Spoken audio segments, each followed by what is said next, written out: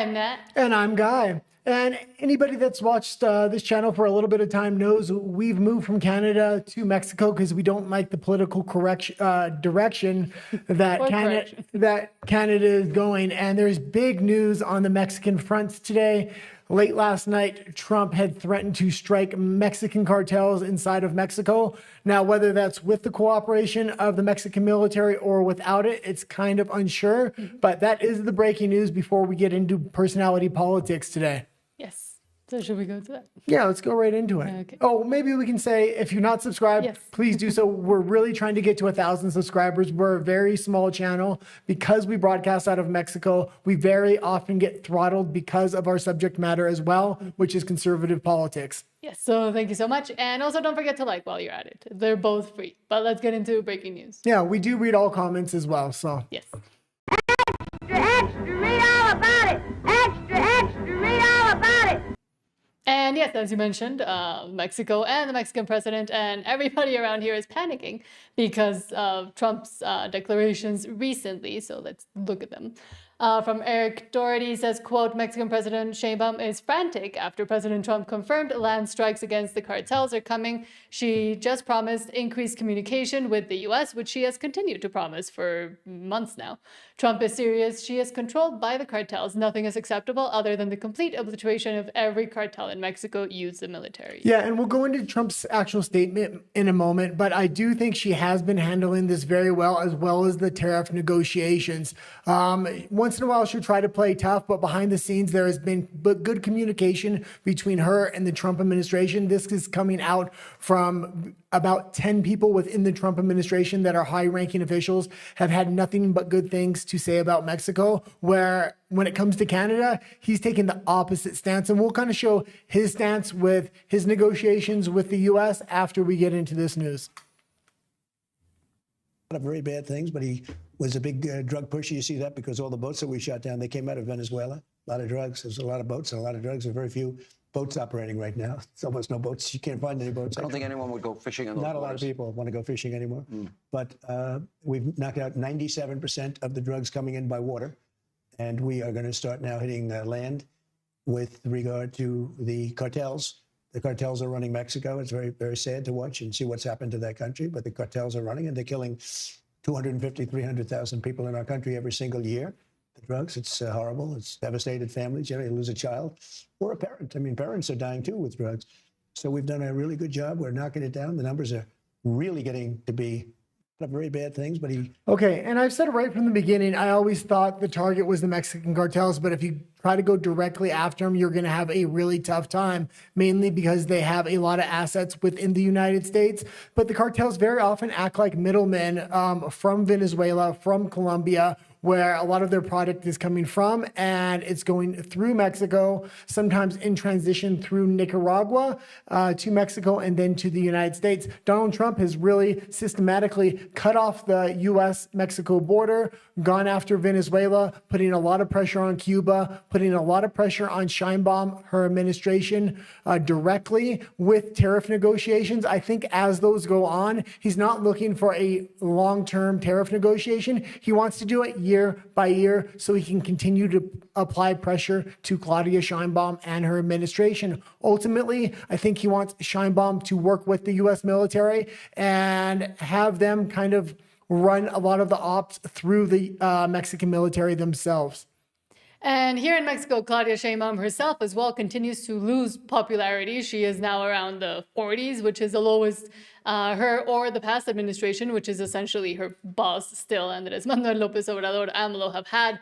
And Morena continued to be embroiled in a lot of the corruption that the U.S. is discovering, and that is coming out here in Mexico. I think the U.S. is waiting a little bit, at least media and maybe the administration itself is waiting a little bit to actually uncover all of that publicly. But for example, now Mexico has become the primary exporter of oil to Cuba, which used to be Venezuela. So those connections are also very murky. And a lot of the oil that has been coming in and out of Mexico is also under investigation by the U.S. and the authorities because there has been a lot of theft and then there's links to the current administration and also the past administration. I have seen some analysis saying that maybe Trump isn't going to try to go directly after Andrés Manuel López Obrador, or AMLO, who is our former president, but rather his sons, who are very involved within Morena, which is the current party and his party. And instead of trying to do something Maduro-like to enact pressure by putting some either sanctions or by directly going after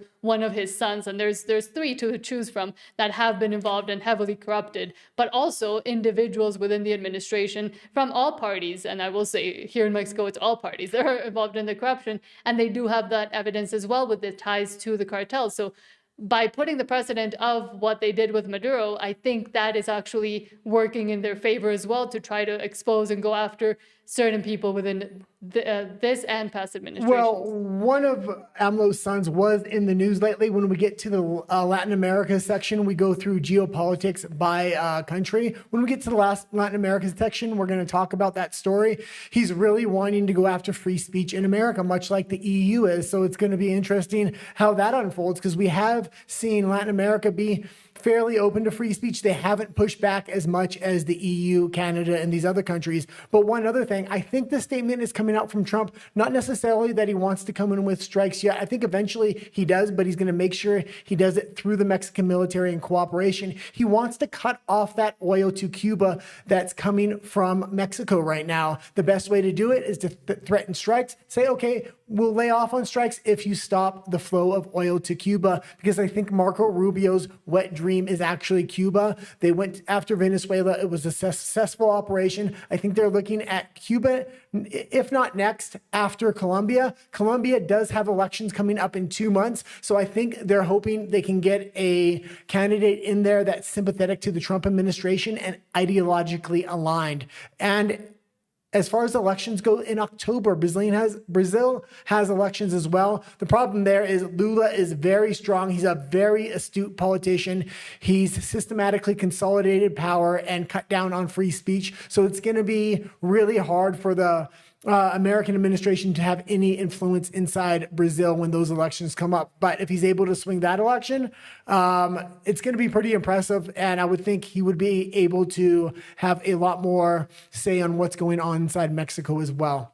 And with the Mexico situation, both you and I have constantly said and warned that it is not a good idea for the U.S. to try to strike or do any movement without at least the cooperation of the Mexican military, Mexican government, because since there are such levels of corruption and such deep corruption both within the military and within the government, if the U.S. plans to come in just by themselves without having the Mexican government on board, what could happen is full-out rebellion of those factions within the military and the government that are already aligned with cartels, and make it a U.S. versus Mexican cartels, but also the Mexican corrupt system in general. So it is not a good idea for the U.S. to come in full force without support from the Mexican administration, because that would essentially create a war, the one that all the conservatives are warning about, that could escalate into something deeper, but I don't think they're that dumb. It's not about being dumb. He's not going to do that. It's obvious he's going to work with the administration. He has too many pressure points to put on Sheinbaum. Eventually, she will cooperate. That being said, as much as I don't like Sheinbaum, she has handled the situation pretty masterfully. She's been cooperating with the United States all the way through. And Trump has really... I don't need your sly comments. She has been handling it very well, and Trump has been helping her out by pushing her back to the center. She's a leftist ideologue, and normally I wouldn't like her at all, but because she has been coming back to the center and implementing a lot more moderate policies to kind of appease Trump, it makes her more appealing to the moderates as well. Her, yes, I won't say Morena or the rest of her government, because they are still socialists with communistic tendencies. And at least locally, and the way that they have centralized power is worrying, but that's more of an internal Mexico issue rather than relations with the U.S. Yeah, me and you disagree on a lot of the Sheinbaum stuff. I don't necessarily like her, but I like how she's attempting to nationalize the economy the most she can, rather than going through this global architecture that's kind of been set up that I think they thought Mexico was going to be pigeonholed into. The fact that Trump's a nationalist as well, it kind of helps her get some of those policies done. But somebody that is taking the completely exact the brothers of the north of the U.S., Canada is taking the exact wrong turn. Dean Allison says, so let me get this straight. Mark Carney is heading to China next week to expand relations with a regime that commits massive human rights abuses, engages in industrial espionage, steals IPs, manipulates its currency, spies on Canadian citizens and citizens all over the world, interferes in our elections, sets up secret police operations on Canadian soil, which we talked about last stream, and the reward, a visit from Canada's Prime Minister. And one of the other big reasons I think Trump actually put the statement out against Sheinbaum, said he would strike Sheinbaum, is to show the amount of leverage he's willing to apply, not only to Mexico, but to Canada. Canada had to have heard that. And this statement came out a day before Carney is expected to go to China, try to negotiate some large deals, because he's been completely inept when it comes to getting any kind of trade deal with the U.S. A matter of fact, he's gone in the opposite direction. He's done more harm than good. Liberals in Canada, and that is a very socialist country, have been waking up to the lies of Mark Carney. They elected him because he was an economist and he said he could get a deal with Trump, and he's done exactly the opposite. Now, Canada itself has been under the thumb of China for a long, long time. With Trump's new strategy of involving the entire Western Hemisphere for military and economic support, he's going to have something to say if Mark Carney comes back from China and is really trying to cozy up to them. But also with China, especially after what we saw in Venezuela and the obvious connections and the obvious use that China had for Venezuela, not just for oil, but also exploiting minerals, everything they could get their hands on. And because they were supportive of the Maduro regime, it is interesting now that right after Maduro is captured, Carney has decided to go to the country and to make trade relations, expand relations with the country that Trump is trying to avoid to continue bringing into the American continent, and which doesn't serve the American continent. Well, I don't know what he's going to do here, because all of Canada's oil goes to the United States. They don't have any pipelines running to the coast. If they want to build those, it's going to take them years. This is why the Americans get a 15% discount on the market rate of Canadian oil, because they don't have any other customers. It's one customer and one customer only. So that customer almost gets to set the price.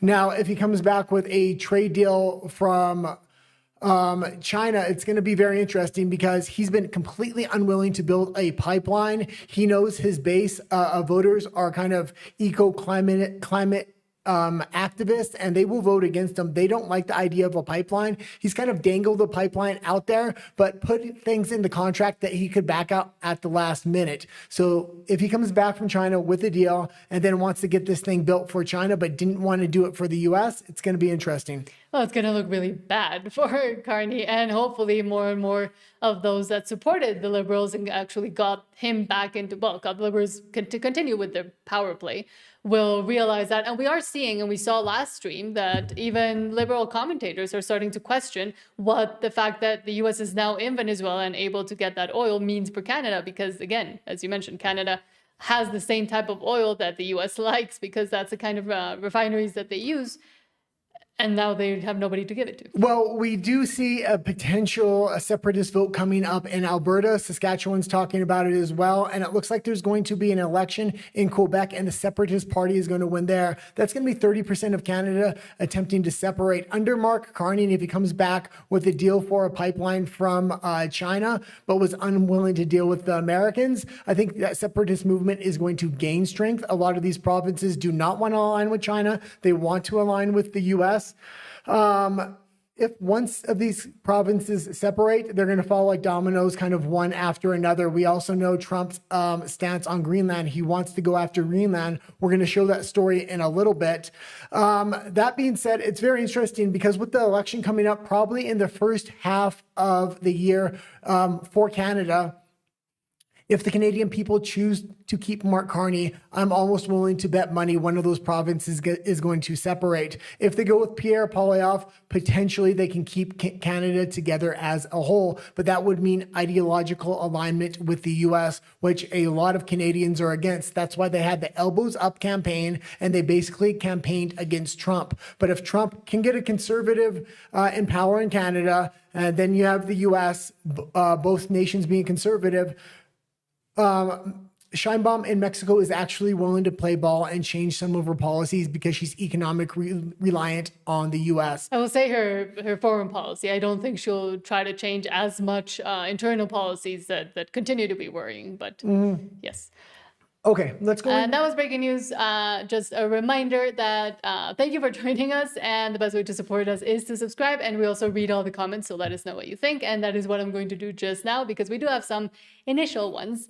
From Non. Hello, Non. Non says, hey, I'm a little late. No worries. We started kind of in time today. So yeah, and we tried something a little different today. We put politics on our thumbnail rather than a content creator. When we were putting content creators on the cover, it seemed like it was getting clicks. We're trying something new today. We'll see if it works. Yes, because right now we do need to get to those 1,000 subscribers so we can continue to do this. And Walker, hello Walker. Walker good to see you, says, Walker. I think China simply said Maduro owes us a lot of money and it's not in our best interest to help him. I think Maduro owes him about 11 billion and that's quite a lot, but not enough to mobilize the Chinese Navy.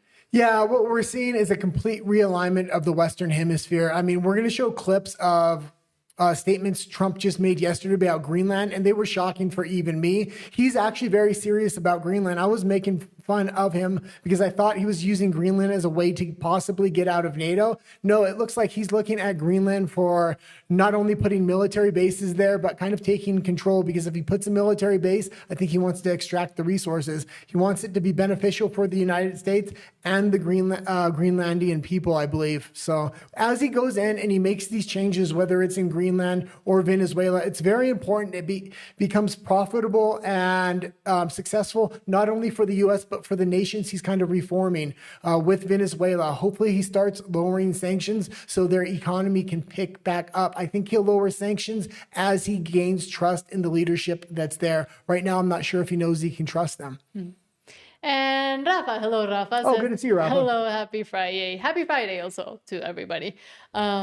We just continue working. I never know what day it is because no, it doesn't matter if it's Saturday, Sunday, Monday. We're always either filming or doing the lives or editing or working on how the show looks, which is what we've been doing for the past 2 weeks. We just filmed a couple videos right before we went on live, and our backgrounds are kind of a bluish black, and our edited videos, they're going to be a cream white. So there'll be a distinction at least. Yeah.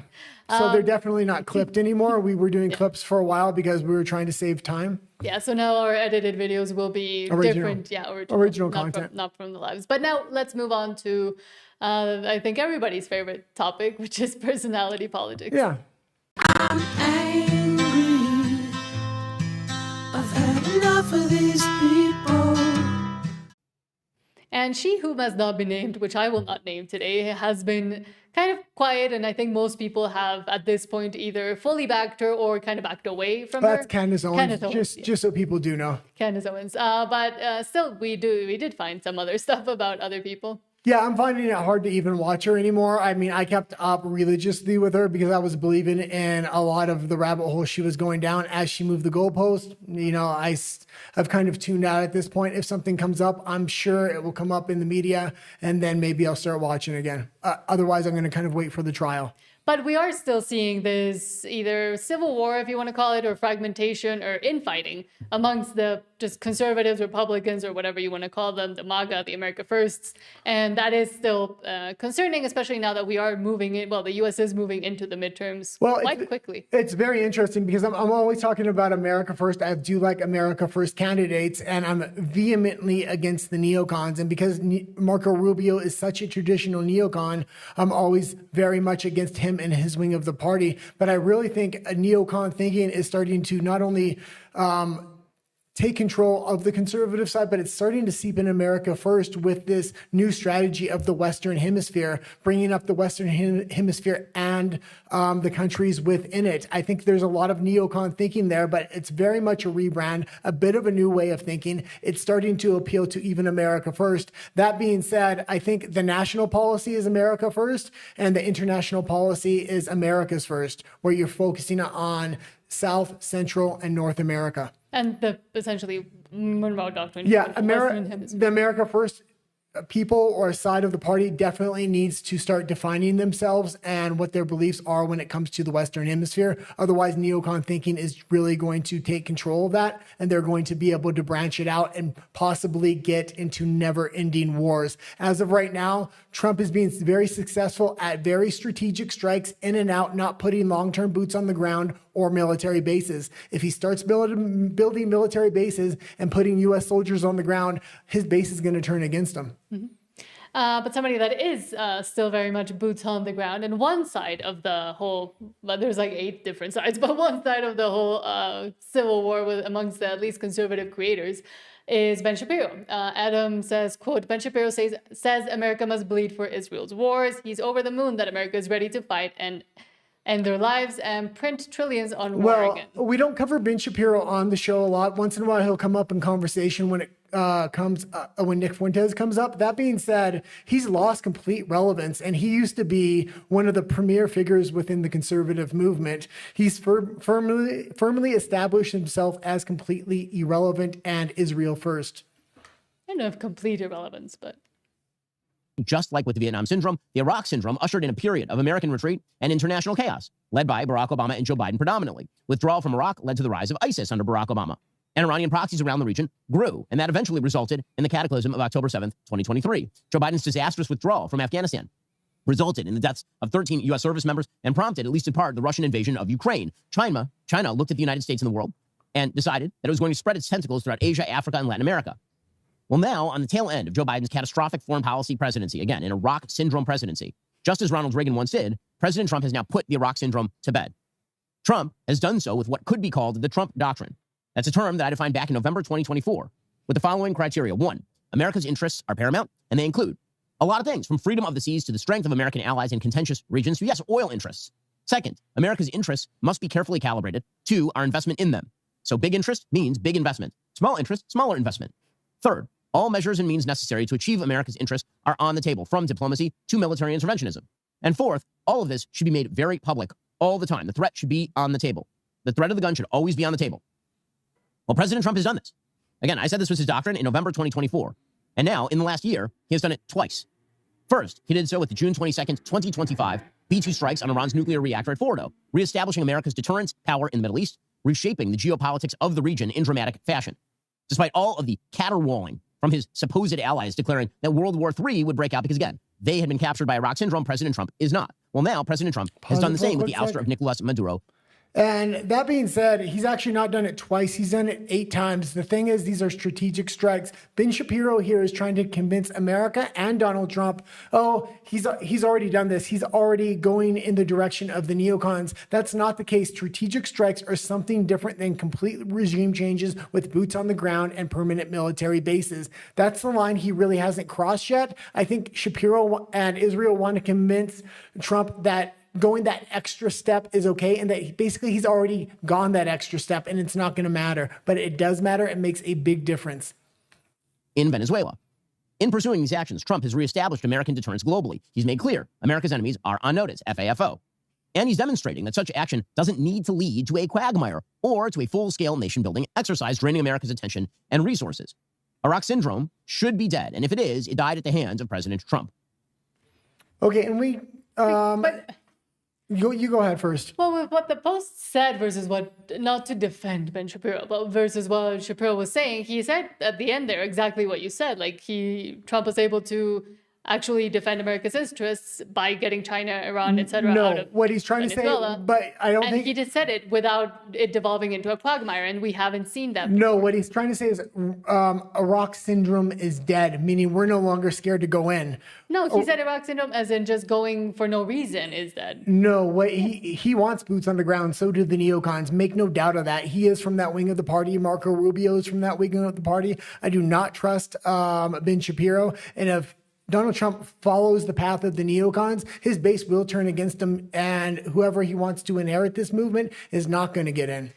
And at the same, and I do agree and joined in with the sentiment of no more wars, no more ridiculous involvement in territories, maybe like in the Middle East, like what happened with Iraq and Afghanistan and etc. And that But I will reiterate also what I said before in last live stream, that I don't think that that is what's happening, and I don't think that is the strategy. We have never seen this implemented other than with the strikes on Iran that he went in and out, and we have seen that before. And I think the people, especially the conservatives, have apparently completely forgotten what some of the first principles are that they're supposed to hold, is that yes, the US has to have some sort of interest in what happens, at least on its continent. It can't just run around with its eyes closed and say, oh, America first, and then get hit by a bunch of foreign, actual foreign issues. This is my perfect example of which is Nat here, of neocon creep. That's not, you were America first, no wars. but this is not a war. Hold on. And now you're trying I keep saying this is not a war. But you're willing to justify it in some kind of sense here. And that being said, this is why I said the neocon rebranding is actually starting to appeal to a lot of America first people. Now, I'm not one of them. Okay, but then what? The US never gets involved in anything else, and then just what happens? No, we're gonna see Latin America to completely devolve into chaos, and also Canada just bring in China right at its border. We're gonna see some clips later when it comes to Greenland, when it comes to Iran, when we get to the Middle East section, because there is a lot of breaking news coming out of Iran. And Donald Trump has already said if there's shooting on the ground where the government is starting to shoot protesters, he's gonna go in there. We're gonna show that clip later, but are you gonna justify a regime change there? Because I don't want to get into the Middle East, and I think that has a lot more. I think that has a lot more to do with Israel, and Israel putting pressure on the United States to go into Iran. But that's what I've been saying, is the U.S. should get away from the whole Middle Eastern conflicts and stuff. Let them deal with that. Let China deal with itself. Let Russia and Ukraine, maybe Europe, deal with that, or themselves deal with that. And the U.S. concentrate on its own continent that does affect day-to-day life in the U.S. What I'm talking about with Ben Shapiro here is cutting off the funding to Ukraine, for example. And Israel. Ben Shapiro is a propaganda arm for the Israeli government. Yes. And they want to go into Iran. They now have Trump saying he's willing to go into Iran if there's any shooting on the ground. And with that, I'm saying the U.S. should stay out of anything that's going on in the Middle East. I mean, that's, of course, I'm generalizing it and making it into a... Okay, I think for me, it's a little bit more obvious what Trump's doing here. He has Russia bogged down with the Ukraine war, so they cannot expand their influence. He has China kind of boxed in with the Philippines and with Japan, saying, if you attack Taiwan, we're going after you. He's also weaponized the Philippines and Japan to the tits with missiles. He starts really implementing America's power in the Western Hemisphere and expanding his sphere of influence. In order to do that, he's having to step outside of international law a lot, because China and Russia use international law in order to kind of hamstring the U.S. where they completely don't follow it. But that's what I'm saying. All the true American heritage patriots and America First people have to realize that, again, the U.S. cannot just sit by and be zero. Non-intervention means not going in and doing regime changes, not going in and staying for years on end with military and continuing military action on countries that are really far away. But if the U.S. can't sit down with its eyes closed and say, oh, okay, let's see what happens, because then it loses its hegemonic. That's not what I'm saying. It's going to lose its power. That's not what I'm saying, and that's not what people in America are saying. That's what you're saying, and you sound like a neocon. Especially in the Western Hemisphere, the U.S. can't let that power that it has slip away. You can implement soft power not through going with military intervention. I'm not saying military intervention. I'm saying caring about. I'm saying not to go and stay for years on end in the Middle East for no reason. I'm not saying years on end. I'm saying any form of military intervention, they should be using a soft power through intelligence agencies and other things to get ideological alignment with other countries, and then get those other countries to solve their own problems. But that's still intervention. So what I'm saying is the ones that say no intervention at all makes no sense for the U.S. What they're saying is no military intervention. No, they say no. They're not interventionists, and that means no intervention. Period. They don't want the U.S. involved in anything. But what you're saying is military intervention is okay. No, it's not. I never said military intervention. You just said it was with Maduro. That was a 4-hour military intervention. Okay, what I'm saying is it's preferable to get these countries to police themselves with intelligence agencies. There were intelligence agencies. Okay, I personally agree with what happened in Venezuela as well. That being said, I don't want to see that expand into that being the regular doctrine of military going in. Okay. Again, they went in for 4 hours. Let's continue on, though, with the personality politics. Clearly. But some of that is kind of maybe changing and maybe as heard as I don't think so, but is Nick Fuentes apparently from Dr. Groyper says, quote, America first means we dominate the Western hemisphere, which is exactly what I'm saying. Okay. And this is not If what I'm these saying. countries want to be socialist, that's their second. prerogative. That's their sovereignty. But we need to put our foot down when these countries begin allying with our enemies. And Okay. that's what I'm saying. The U.S. will lose all power if it loses interest in what happens around it. I completely disagree with Nick Fuentes here. And when we play the clip, you're going to see that Nat's wrong here as well. Okay. He wants to go in and pillage these countries and take their resources for the United States, leaving the rest of the hemisphere like Africa. What I want to see is a cooperation between the United States and these countries so it benefits both. It brings up other Latin American countries so it creates a consumer for American products. But what we've been saying also on this show is that the U.S.'s model of America first should and can work for the rest of, for example, Latin America and Canada, of making each country, putting each country first, getting them to actually get better. So the U.S. also benefits from that getting better. Okay, this being said, before we get into the clip, I completely disagree with most of what Nick is saying here. And I usually do agree with him. That being said, I lost my train of thought. But what is interesting is that he is maybe slightly changing his non-intervention. That's exactly what I was going to say. I said he needs to expand out to a broader base, and he's going to expand out to what the international policy is beyond America, because his policy used to be America first, America only. Now it seems like he's broadening it out to a wider Western hemispheric belief for America's first. So people like to say, well, we should stay out of it. I disagree. I think this is our business. And when you look at what the Maduro regime has done, forget about the fact that he's socialist. I don't really care about that. Who really cares? It's his country. They have national sovereignty. What I care about is the fact that he is aligned with U.S. adversaries. And maybe if it was one country, it wouldn't be a threat. But he's allied with Cuba, Nicaragua, China, Russia, Iran. And to the extent that they are working with Iran's military, to the extent that they are working with China and Russia, and they get Russian weapons and they get Chinese investment, we are fighting a new Cold War, a new Monroe Doctrine in South America. We're trying to expel China from these Latin American countries. So why are we going to kick out the Chinese in Argentina and try to kick them out in Brazil and in all these other places, but we're going to let them have a foothold in Venezuela? Dual use infrastructure, they're going to have the oil there, they're going to control the gold. And this was actually the wrong clip, but we're going to let it play. There was another clip where Nick was saying, we need to kick their ass, take their shit. It's America shit. And I disagreed with that. I thought this was the clip. This is the different clip. I actually agree. Okay. I agree with him a bit more. Okay. I should have it makes more sense, and that he has a very similar position to what I've been saying. You switched my now clip. you agree. You switched my clip. This is the one you added. No, this is the one you said you couldn't find, and I said just grab that one. There, they might build drones there. Why would we let them do this? We're going to be at war with them. We're going to let them exist across the pond like that? I don't think so. So at the minimum, it is in our national security interest that we should not allow Venezuela to take the side of U.S.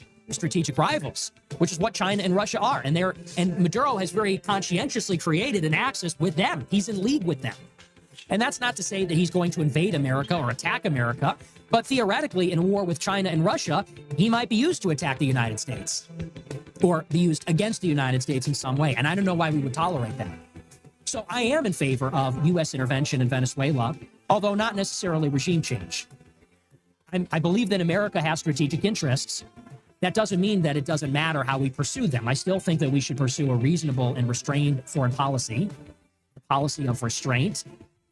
I'm in favor of that. So I don't think we should go in guns blazing and take out Maduro. And This is exactly the opposite clip of what I got. He had two different clips with two different stances. I actually agree with the stance. It's good you said you completely disagree, because this is what literally I was saying, and I hadn't seen this clip before. All these You're the other one that countries, grabbed but I this do one. think that this is the 'Cause you right pointed at strategy.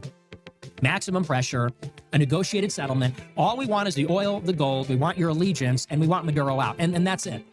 And you could be a Bolivarian socialist republic. I really don't care. And I don't even think we need to kill the guy. I don't think we need a war. I don't think that would be good for the United States to destabilize this country. You're going to get another exodus. You might get guerrilla warfare. It might bleed over into these other states and create a security challenge for Brazil, for Colombia, for Guyana, certainly. And by the way, there's a lot of unexploited resources right there in Guyana, in the Essequibo. So, we want that too. And we want that too. Okay. And that's perfectly You reasonable. can leave it there. I think he And- was then maybe going on to say it's hard. But yeah, he had a very good take there, actually. The original clip, That's literally what I just said. Yeah.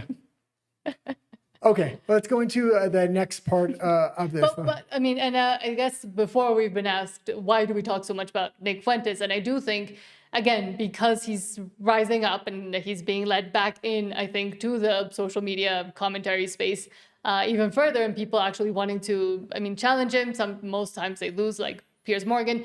But in general, I do think that it is a line of thinking that most normies, quote unquote, or middle of the road voters don't fully even listen to or know that it's out there, and that then if they put him as like the worst thought leader out there, then they don't know what's even after Nick and what other possibilities could be sprouting up, especially amongst the younger people. I put Nick Fuentes because I pick most of the clips that are going in, except for that one, I guess, because he's the most astute person when it comes to political thinking right now. A lot of his analysis is just either cutting edge or, I mean, I don't agree with all of his viewpoints, but when he analyzes a lot of things or he puts statements out about things like Venezuela or breaking politics, he's head and shoulders above a lot of other political commentators. And if you look at his knowledge of history, it is extensive, and that's very rare for a young person to have. And he has that. He has the comic chops. He has that it factor that Trump has as well. And with the historical part, I mean, that is, I think, something that also benefited Charlie Kirk, for example, when he would debate, because he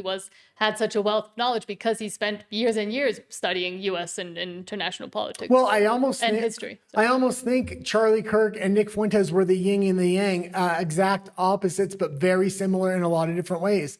So, because on the left, we only see dumb people, in my opinion. Like Hassan, he says shocking things and stupid things, but he doesn't have that wealth of knowledge to back up a lot of his claims. Yeah, there's a couple people that are really Destiny, maybe. No, not Destiny. Destiny's absolutely ridiculous. He's gone off the deep end in recent years. The best people that are on the left-hand side are actually never Trumpers, that are actually conservatives, but they absolutely hate Trump, so they go to the left-hand side. And these are some of the best debaters the left has. And the left has to put up conservatives that are never Trumpers up to debate other conservatives. Otherwise, they just don't have a chance in these debates. But both Ben Shapiro and Nick Fuentes have been fighting, and Ben Shapiro has been fighting with Nick Fuentes for a very long time now. So Dr. Groyper again says Ben Shapiro wishes he hadn't treated Nick this way. I don't know what this. Yeah, and I think Nick was very, very young here, but Ben Shapiro had been treating and trying to cancel Nick a long before this. Now, Ben Shapiro had been with his kids here and his wife, so I don't think maybe it wasn't appropriate for Nick to kind of approach him, but he's not going to have another chance. He was surprised when he even seen Shapiro. At this point in his life, he was probably still looking up to Shapiro in some context, even after Shapiro tried to cancel him. No way. Welcome back to Slightly Wow, here he is. Really weird. Ben Shapiro. T-pose on it. Let's hit the T-pose. Well, T-pose on. Hey, man, we're about, wow. All right. What do you think about Ben Shapiro? He's not drinking enough adrenochrome if this is happening right now. So if you don't know, we're here outside of the Turning Point USA conference where Nick Fuentes was kicked out after trying to enter. And we also have Andy Nell here documenting, and we are running into Ben Shapiro apparently. Are you going to walk across and greet him?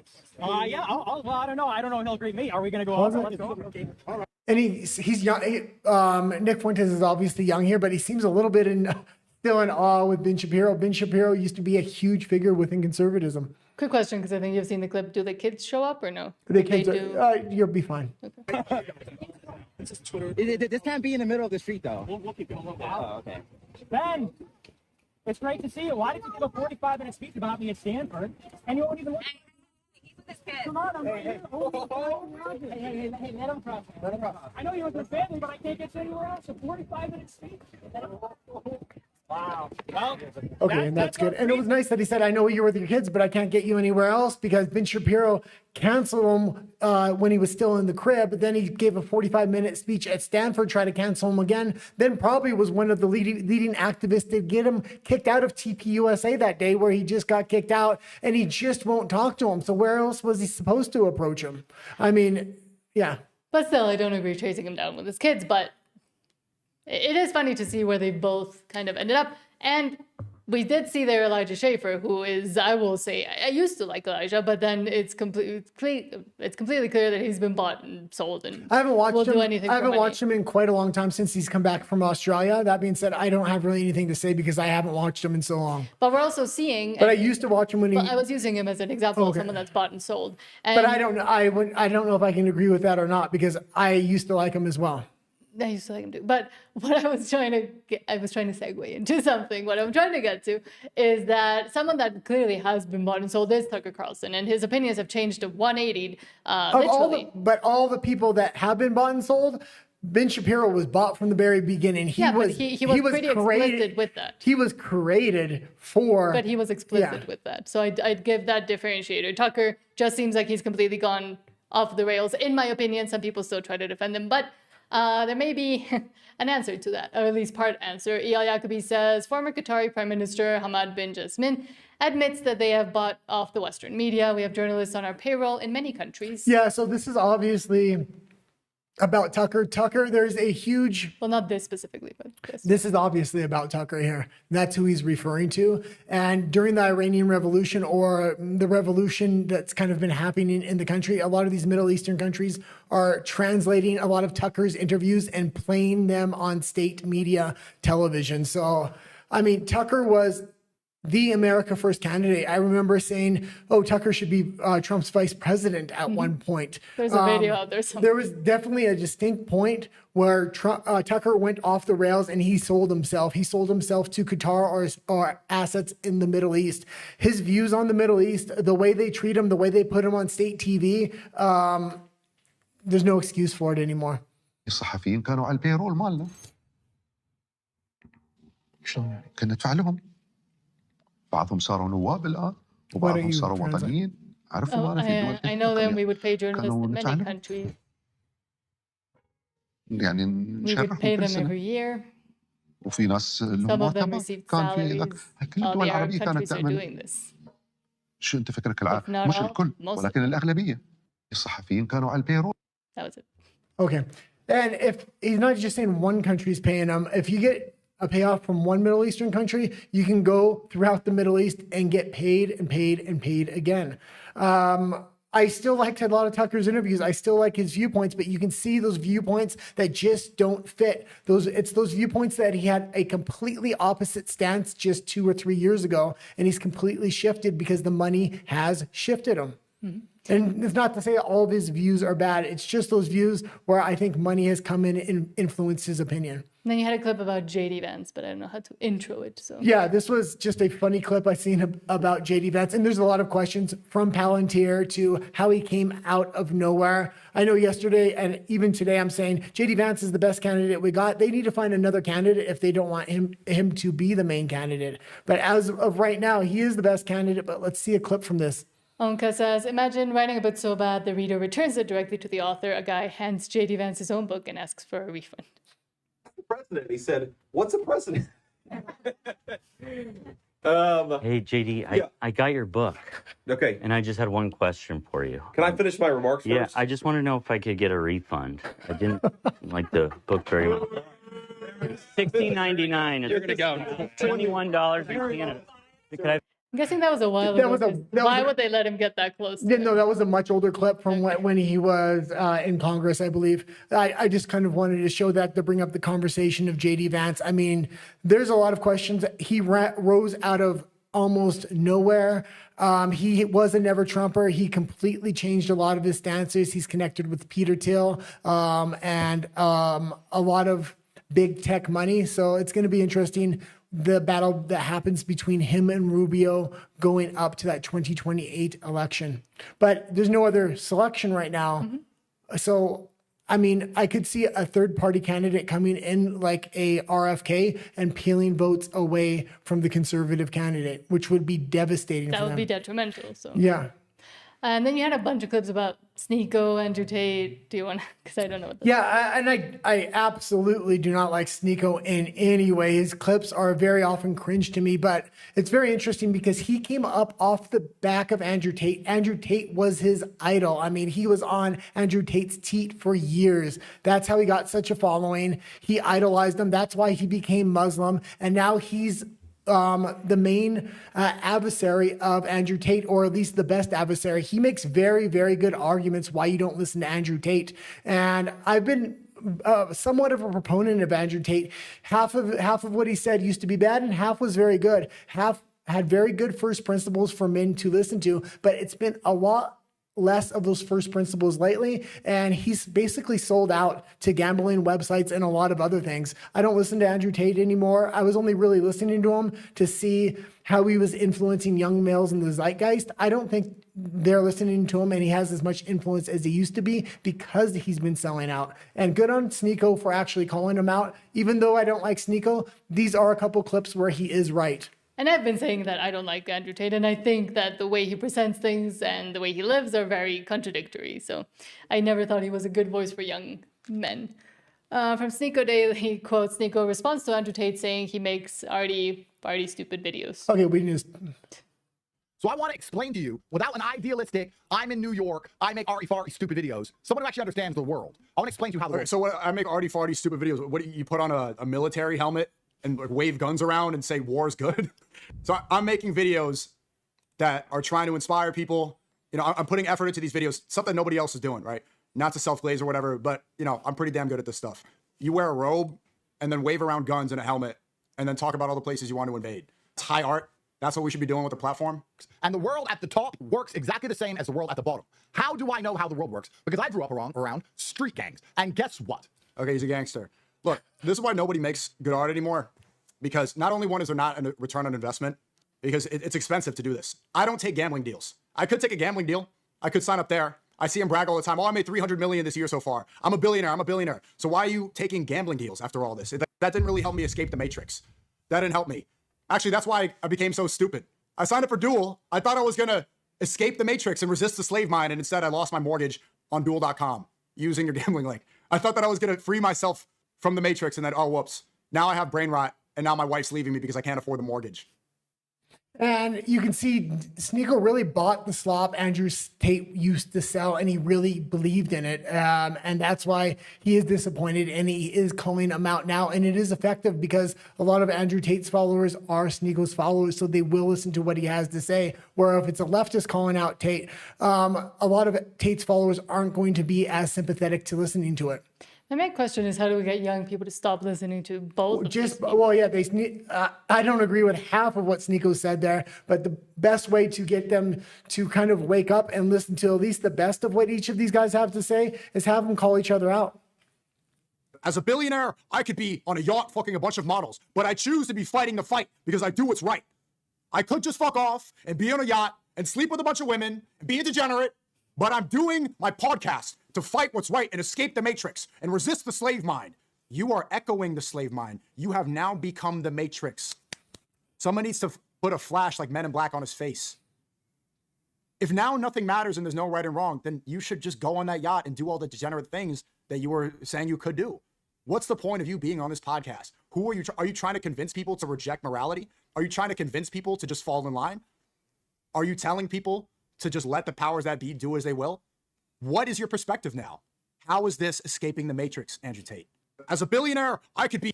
Okay, and one of the big subcontext here is Andrew Tate used to be a Christian. He became a Muslim, and Sneeko became a Muslim because Tate became a Muslim. And he actually believed a lot of the slop Andrew Tate was kind of preaching, and he was preaching a lot of Muslim first principles, and Sneeko kind of bought into him. And now that Andrew Tate's kind of selling out, I really think Andrew Tate went to the Muslim community because he was suffering from major cancellation, meaning they were trying to arrest him globally in multiple countries, and he needed somebody to kind of protect him. He went to the Muslim community for that. Now that it served his purpose and they're not trying to arrest him as much as they were before, I think the Muslim community has kind of outlived their purpose for Andrew Tate, at least.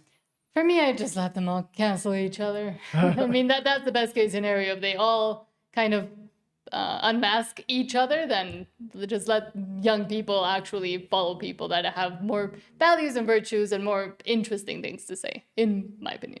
I think that's a very surface level take. Okay, let's go into the next clip here. I actually played this because this is a personal clip to me. So I'll talk about that in just a moment. Because I have a personal story kind of related to it. Okay, Red Operative Leninist says, look at Nick Fuentes. He fights like a little Okay, we'll play the clip twice because this is absolutely hilarious and you might miss it the first time, but watch how Nick Fuentes punches. He literally punches like a girl, and this is coming from somebody that actually likes Fuentes, but I'm going to go into something about it after. Hey,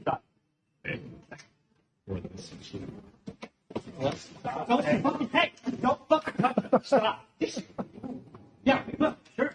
Just fucking stop. Okay, you just play it one more time? They both fight like girls, honestly. Well, he's punching like this rather than from the front, which is crazy.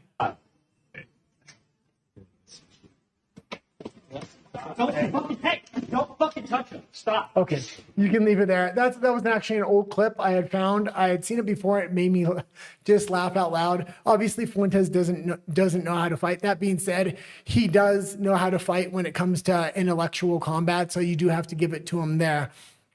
What I will say is I used to teach jiu-jitsu. I finally went back for the first time in probably 10 years. I had tried it maybe a year ago, but my back just didn't hold up. That being said, I do suggest for young men to engage in combat sports, whether it's MMA, jiu-jitsu, Muay Thai, so you can actually learn to fight. You will have a side effects of you'll get in great shape, you'll look good, but you know how to defend your wife, your community, your family. It has add-on effects. So don't be Nick Fuentes and don't know how to fight, but want to talk tough.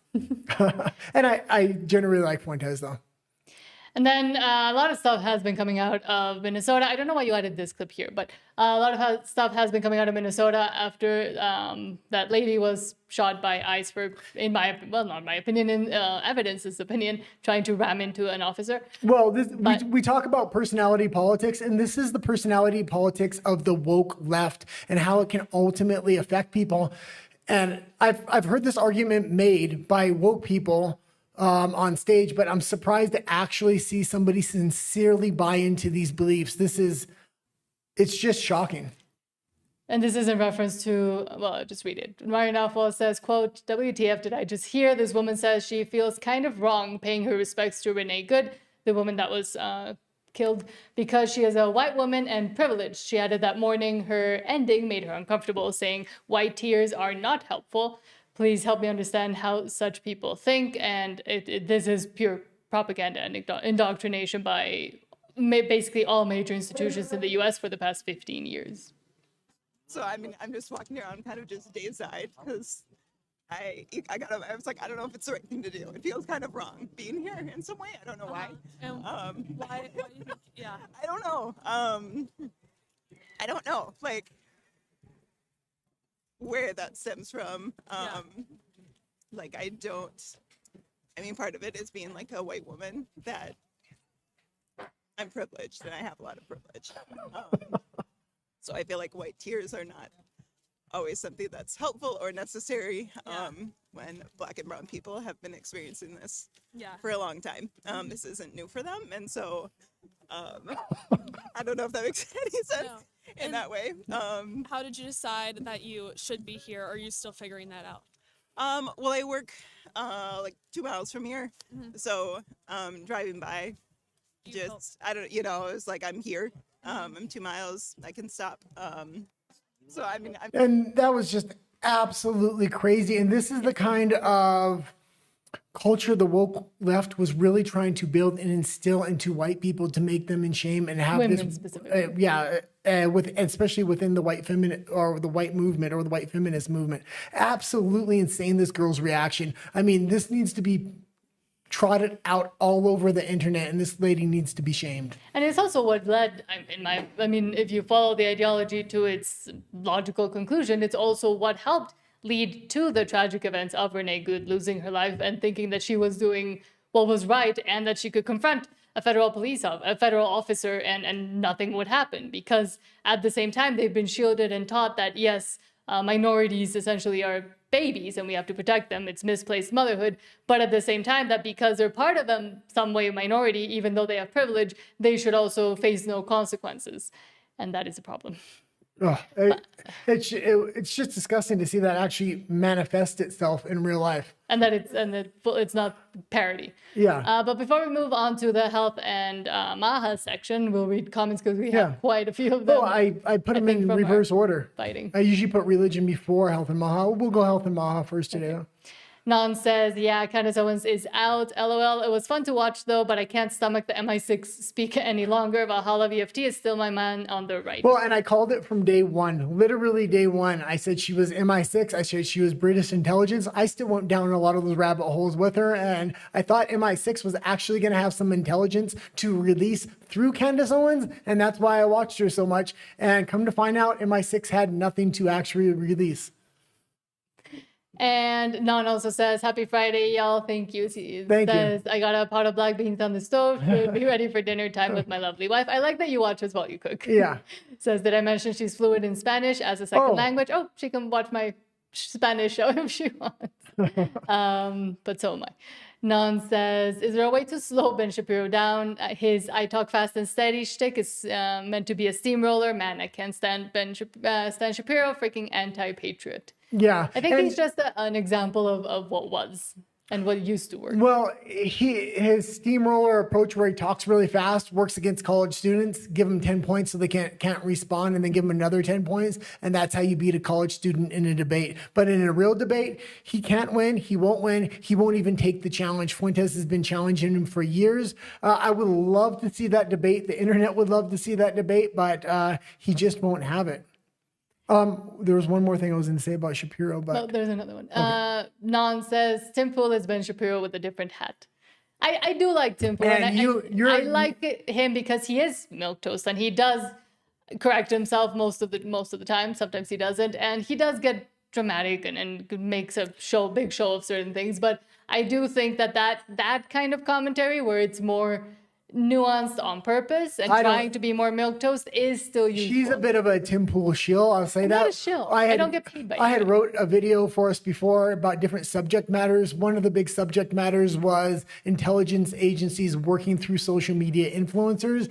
I picked out different social media influencers and examples. Tim Pool was on the list. She said, we need to take Tim Pool out of there. I said, no, we're not taking him out of there. She says, I am. I said, we're not doing that video then. And I said so because his information was both out of date and wrong, and he didn't want to correct it. Yes, out of date or wrong. No, it wasn't. Okay. Nan says Shapiro should be laughed out of every serious discussion about anything. Yeah, and he's just such a shill for Israel. It's just, there's no other way to put it. And Rafa says, as I told you in your Spanish live, Nat, they're going full imperialist mode. America first? Yeah, or but the U.S. Because again, I don't think yes, but because there is no other. What other power do we want to take over Latin America? Because we ourselves are not going to get there, at least not for the next 20 years, especially with the kinds of governments we have and with the socialism and communism still infecting basically at least half of Latin America. So who else do we want to put in power if it's not the U.S.? You don't want to put the U.S. You want to get ideological leaders aligned that are aligned with the U.S. that can clean up their own countries. The U.S. doesn't need to have to come into all these countries. We don't even have the resources or infrastructure to even try to start doing that. Number two, you're inviting invaders and massive danger because, although I like Trump and I like his plan for the Western Hemisphere to stand together, the U.S. is like a bipolar child. Every 4 years, you don't know if they're going to switch. And as soon as Trump's out of there, let's say the entire Western Hemisphere is ideologically aligned and militarily captured, all of a sudden, they're all going to become socialists if AOC gets in there. So you need to have some level of autonomy in the Latin American countries. But what I'm saying is that cannot happen if it's not with the U.S. At least it can. These countries can stand on their own. We've seen El Salvador as an example, which had a ton of help from the U.S. We're seeing Argentina as they're helping, but they're keeping their autonomy. Yeah, I'm not saying let the U.S.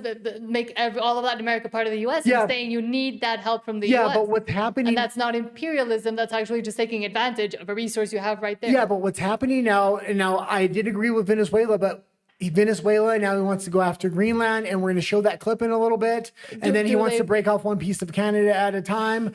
What I am saying is you need to keep some level of autonomy in case, in case the United States votes an AOC or a Gavin Newsom in. And with that, I do agree. But again, I'm not saying give away all your autonomy and sovereignty. I'm saying use the U.S. to better your own country. If the U.S. was a lot more consistent and it didn't change every 4 years, I actually like Trump's plan overall. There's just a big pitfall lane right there, and it's what if somebody else gets in power, and what if they actually want to bring socialism into a lot of these countries? But they were already previously covered in socialism. Okay. Yeah, and we're just getting out of it, so we don't want to go back. And I know Okay. that would be the main issue. Non says, agreed, Tupa or Rafa, no need to beat around the bush anymore. We all know what's up.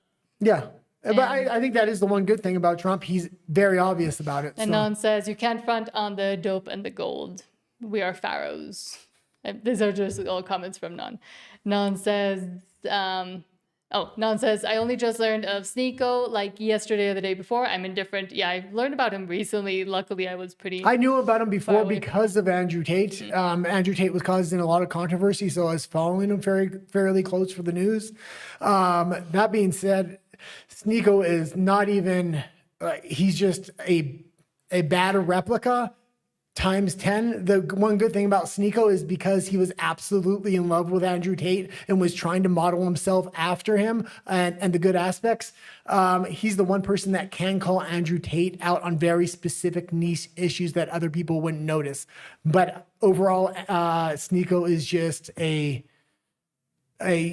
bad replica of Tate, I would guess. To me, Andrew Tate, Sneeko, Mr. Beast, all of those just show me the intellectual brain power and level of Americans and other people that watch them. So, well, and it's not sad. just America. Of young people. It's not And just sad. Americans That's why I watching said, and them. other people that watch them. Well, Of young people. Okay. And I said, and that's sad. Non says he's good at doing voices. Somewhat funny. I haven't even gotten that far. And a lot of people don't know Sneeko's very, very Muslim. And he actually, after he converted to Islam through Andrew Tate, I had continued to follow him. He would go into the streets in Britain, the town square, and have debates with Christians, and he would absolutely make a fool of himself because he had just become a Muslim and he didn't know any debate points, and he would fall on his face. Yet he still sticks with Islam. Rafa says, Fuentes practices a legendary art of Sisyphus. Yeah, and that's what that looks like on that clip. Somebody should take Fuentes, Clavicle was talking to Fuentes about looks maxing. It's like, you don't need a looks max, bro. Just take a fighting class. You'll learn to fight and you'll get in good shape. Non says, that was a white collar fight. Trust me, blue collar as it gets. None of us fight like that, even if we don't know what we're doing. I'm a retired tweet climber. Cool. Of all the clips I've seen of Fuentes, that was all the most funny I had ever seen. And I don't think he'll ever really live it down. It doesn't get a lot of airplay, though. And then Jonas. Hello, Jonas. Thank you for being here. Jonas says, some white people. I don't know in regards Oh, I don't know what he was regarding to. One. Aldo Casabona says, hello all. Hello. Thank you for being here. And thanks for all the comments, by the way. It helps the show a lot better. Now that we have segments that we introduce, it's easier to add comments at the end of all the segments. So, And then they're saying hi to each other. And then Rafa says, not actually complaining, just pointing out the facts. I'm guessing about imperialism, Yeah. which again, I think it wouldn't.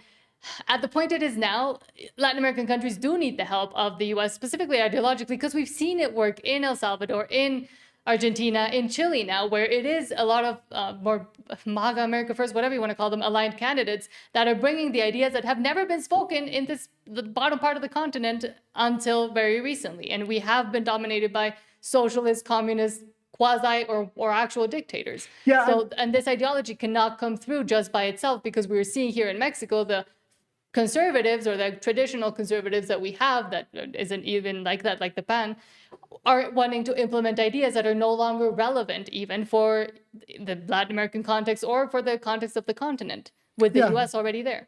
I mean, it's hard to get into because I definitely see a through line from the neocons going into this Western Hemisphere aligned idea of what they want to do with that Western Hemisphere. And if a Democrat gets in after Trump, it's not going to necessarily benefit a lot of these countries to be aligned. Although I do like the general idea, it could definitely backfire in a heartbeat. Okay. Rafa says, wait, we have more. At least not yet. And then Jonas says, this discussion is fantastic. Thank you so much. And I'll email you about WDW Pro. Okay. Jonas says, oh, hold on. Okay. Just corrections. And we do have RUMBLE comments as well. And I don't want to let RUMBLE people by themselves. Ethel says, hello, Ethel. Thank Good you to for see being you here. again, Ethel. Says, will China and Russia learn from the US and take over Taiwan and other neighboring territories and countries? Well, that's the interesting thing that's going on with Trump right now. He's really implementing his power to consolidate U.S. strength in the Western Hemisphere, which he looks at his sphere of influence. But he's containing both Russia and China from not expanding their influence. He's doing that against China with the Philippines and Japan specifically. He's armed them to the tits with missiles and had them tell China directly, if you attack Taiwan, we're coming after you. Trump has backed up their word saying, we'll protect Taiwan as well. So China's watching Trump go into Venezuela, make claims over Greenland, but they won't expand their own military force because he's kind of got them in checkmate.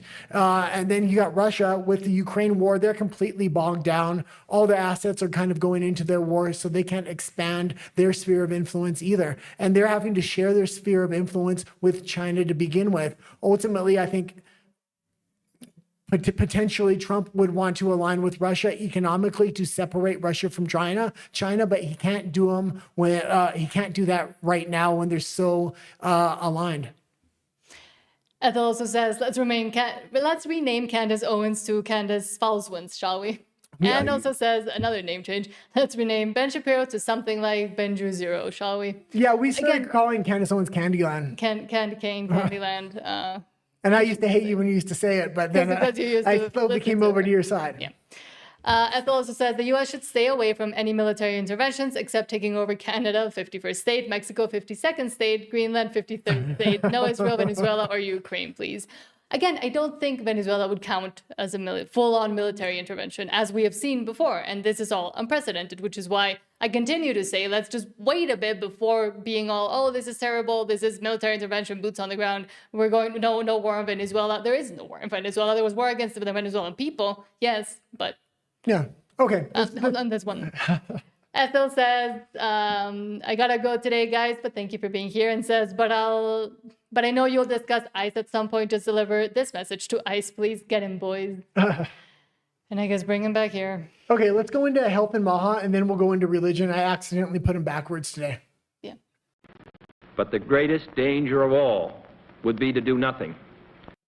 And they were backwards on my buttons, so that's why it took me a while to press switch over. Okay, we got RFK Jr.'s son, and he actually made a pretty good statement here. Well, let's get into it. From Red Pill Dispenser, RFK Jr.'s son says they're going to drag Fauci in front of Congress, and he's going to perjure himself. This is the first time I've seen RFK Jr.'s son. I usually see a lot of RFK Jr.'s more liberal family members come out with harsh statements against them. So it's very good to see that his son is actually on his side. The auto pen pardons, do you think that's something that will hold water? President Trump made that announcement that they're now null and void, so then Fauci can be arrested. Do you think he'll be arrested? I think they're going to drag him in front of Congress and he's going to perjure himself, in which case hopefully he'll be arrested. You could ask him one question on the stand. What would it be?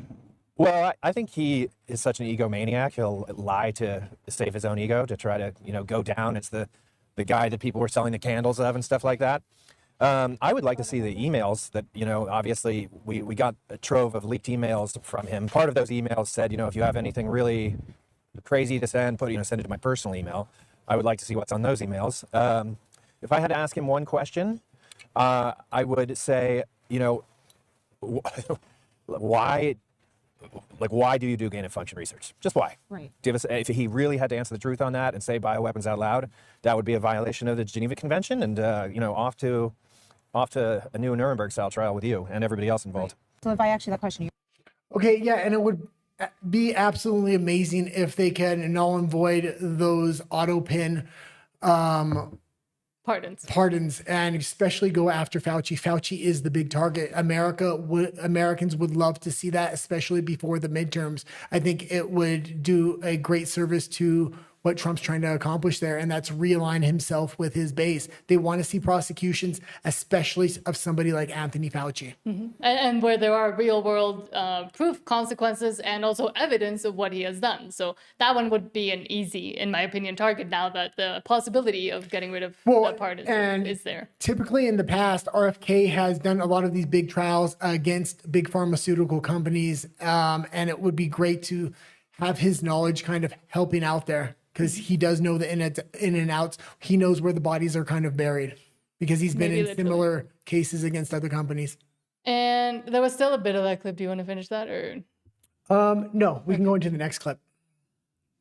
Someone else.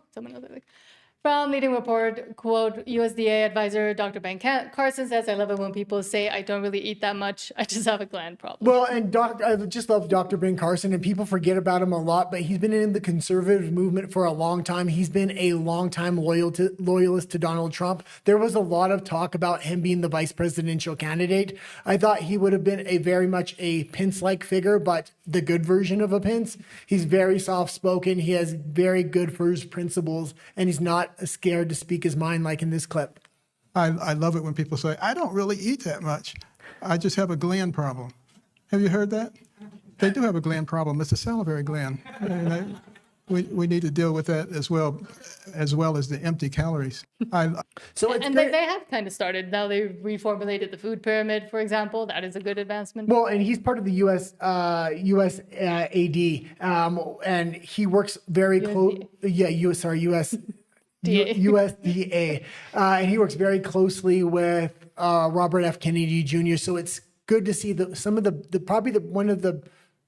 best two minds within the MAGA movement kind of come together for the health of the country. And I think that department within the Trump administration has done amazing work so far. I was very hard on RFK in the beginning, but man, he's really laid the groundwork to push through all kinds of good things, from changing the food pyramid, from going to 72 jibby jabs to 11 jibby jabs. Ben Carson's obviously working with him on the food pyramid. So when it comes to the health of America, there's big changes being made. There's still a lot more to do. It's going to take a few administrations to get everything done. So hopefully they get somebody good in there after Trump. And for it coming from the Department of Agriculture, well, now Ben Carson is important too, because for a lot of other countries, we're seeing the attempted destruction of farmers and agriculture, and people being able to continue down the line of sometimes family lineages that used to own farms and actually doing farming the correct way instead of industrialized.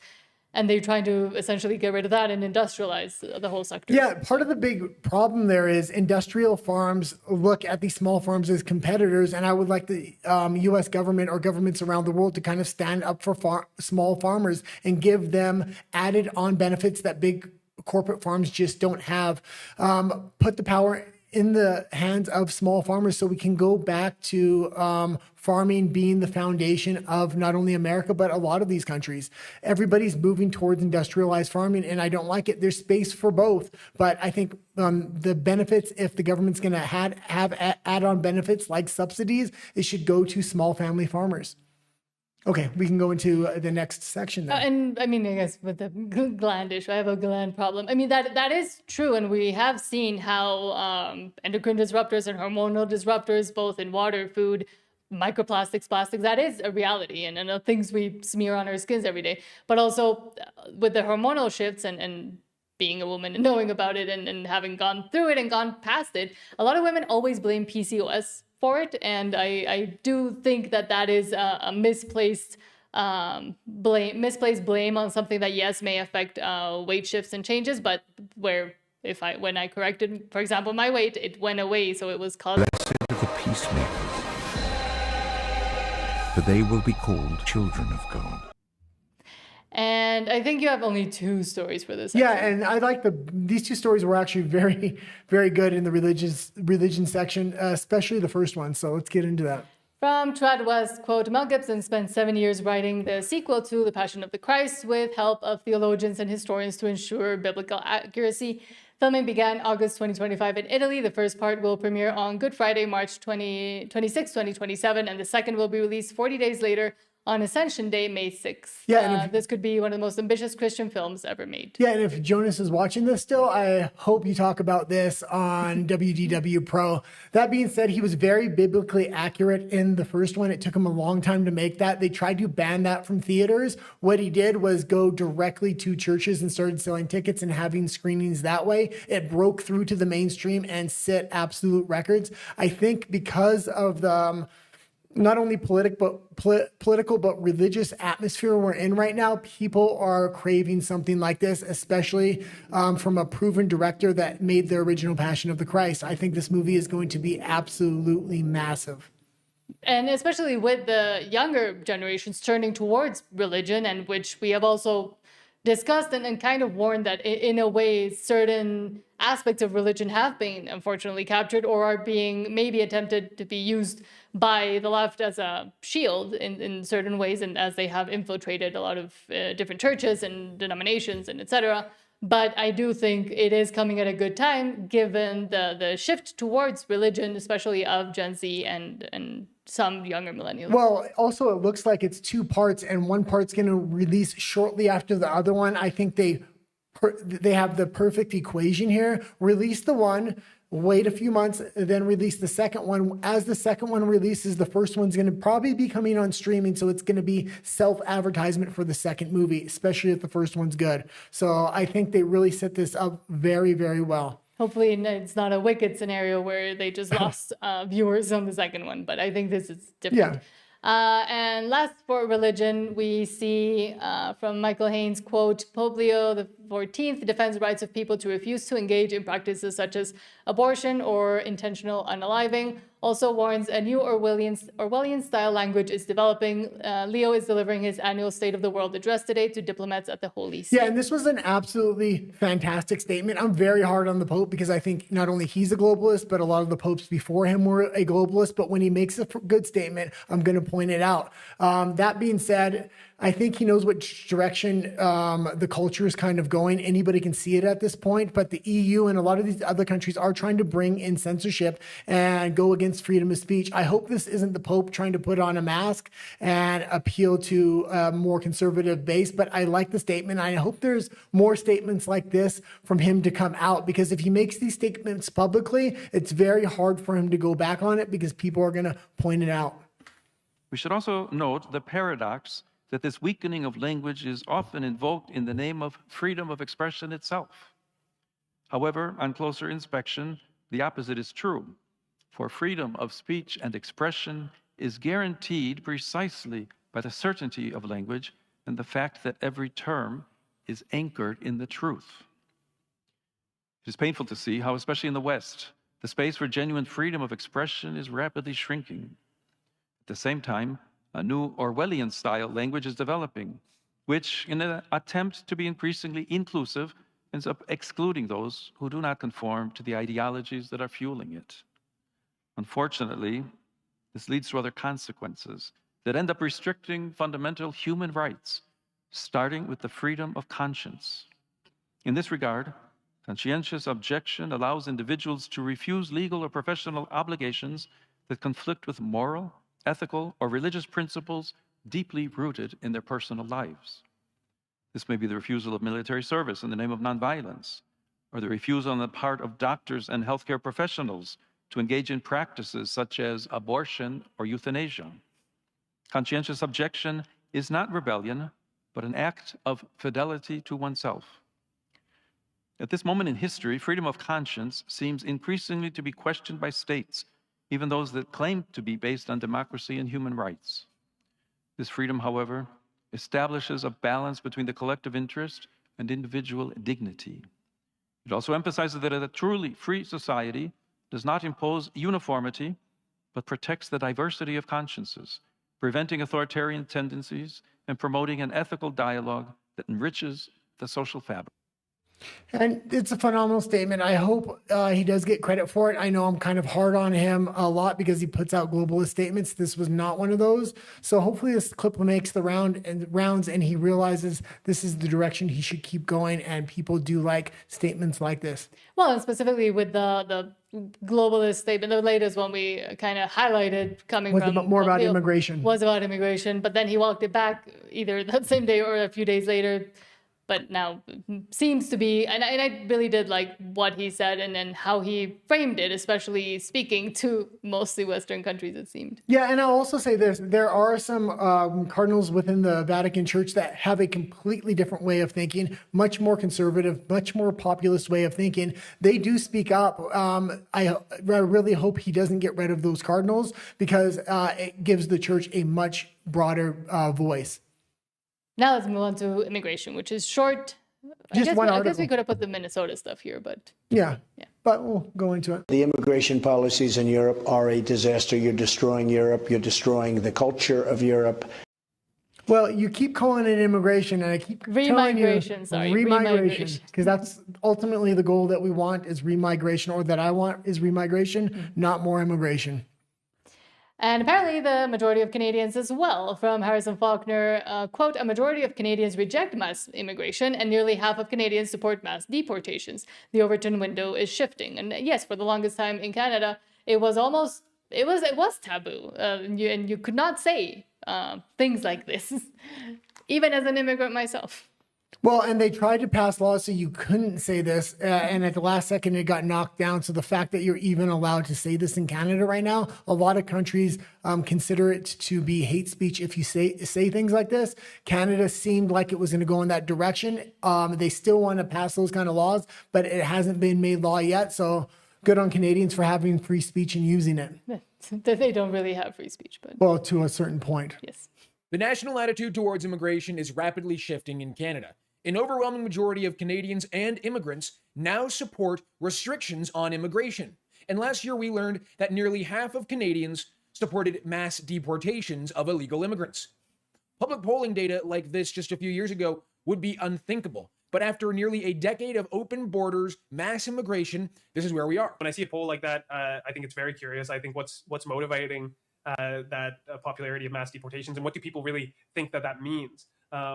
Because, like, technically speaking, deportations are the removal of illegals from the country, a non-voluntary removal of illegals from the country. But I really think that speaks more broadly to attitudes about immigration. I think that really signals there's too many of them here. They have to go back more broadly. Okay, and we'll say this. Carney's claiming that he's reducing immigration, but he's not. He's just shuffling it around and hiding it in better ways and allowing immigrants into the country in different ways that people aren't looking at. Immigration is continuing to go up in Canada. And we have also continuously said that the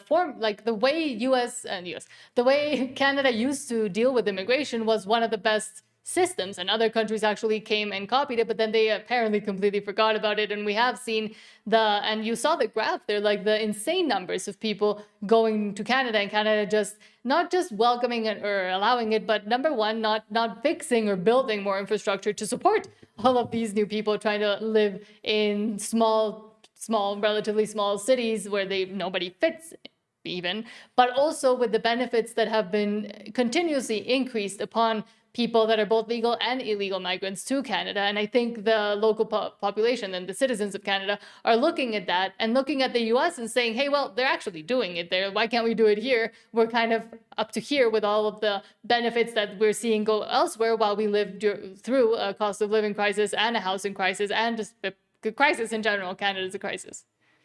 Very well said. Kind of not. What I'm saying is it is understandable. Okay, well, especially with the U.S. being as a good example. Just what I would say is this, and that is Canada used to have the best immigration system in the world. It was a model of what you wanted an immigration system to be. But now all these Western countries have flooded their countries with mass immigration to the point it's just not working. So now it needs to be cut off for a certain amount of time. And if you're going to allow it to continue or start back up, you really need to think through it and see what models worked previously. And the old Canadian model from probably 15 years ago was the best model. And it was very little immigration. They were very picky on choosing who they were going to allow in and what the country actually needed.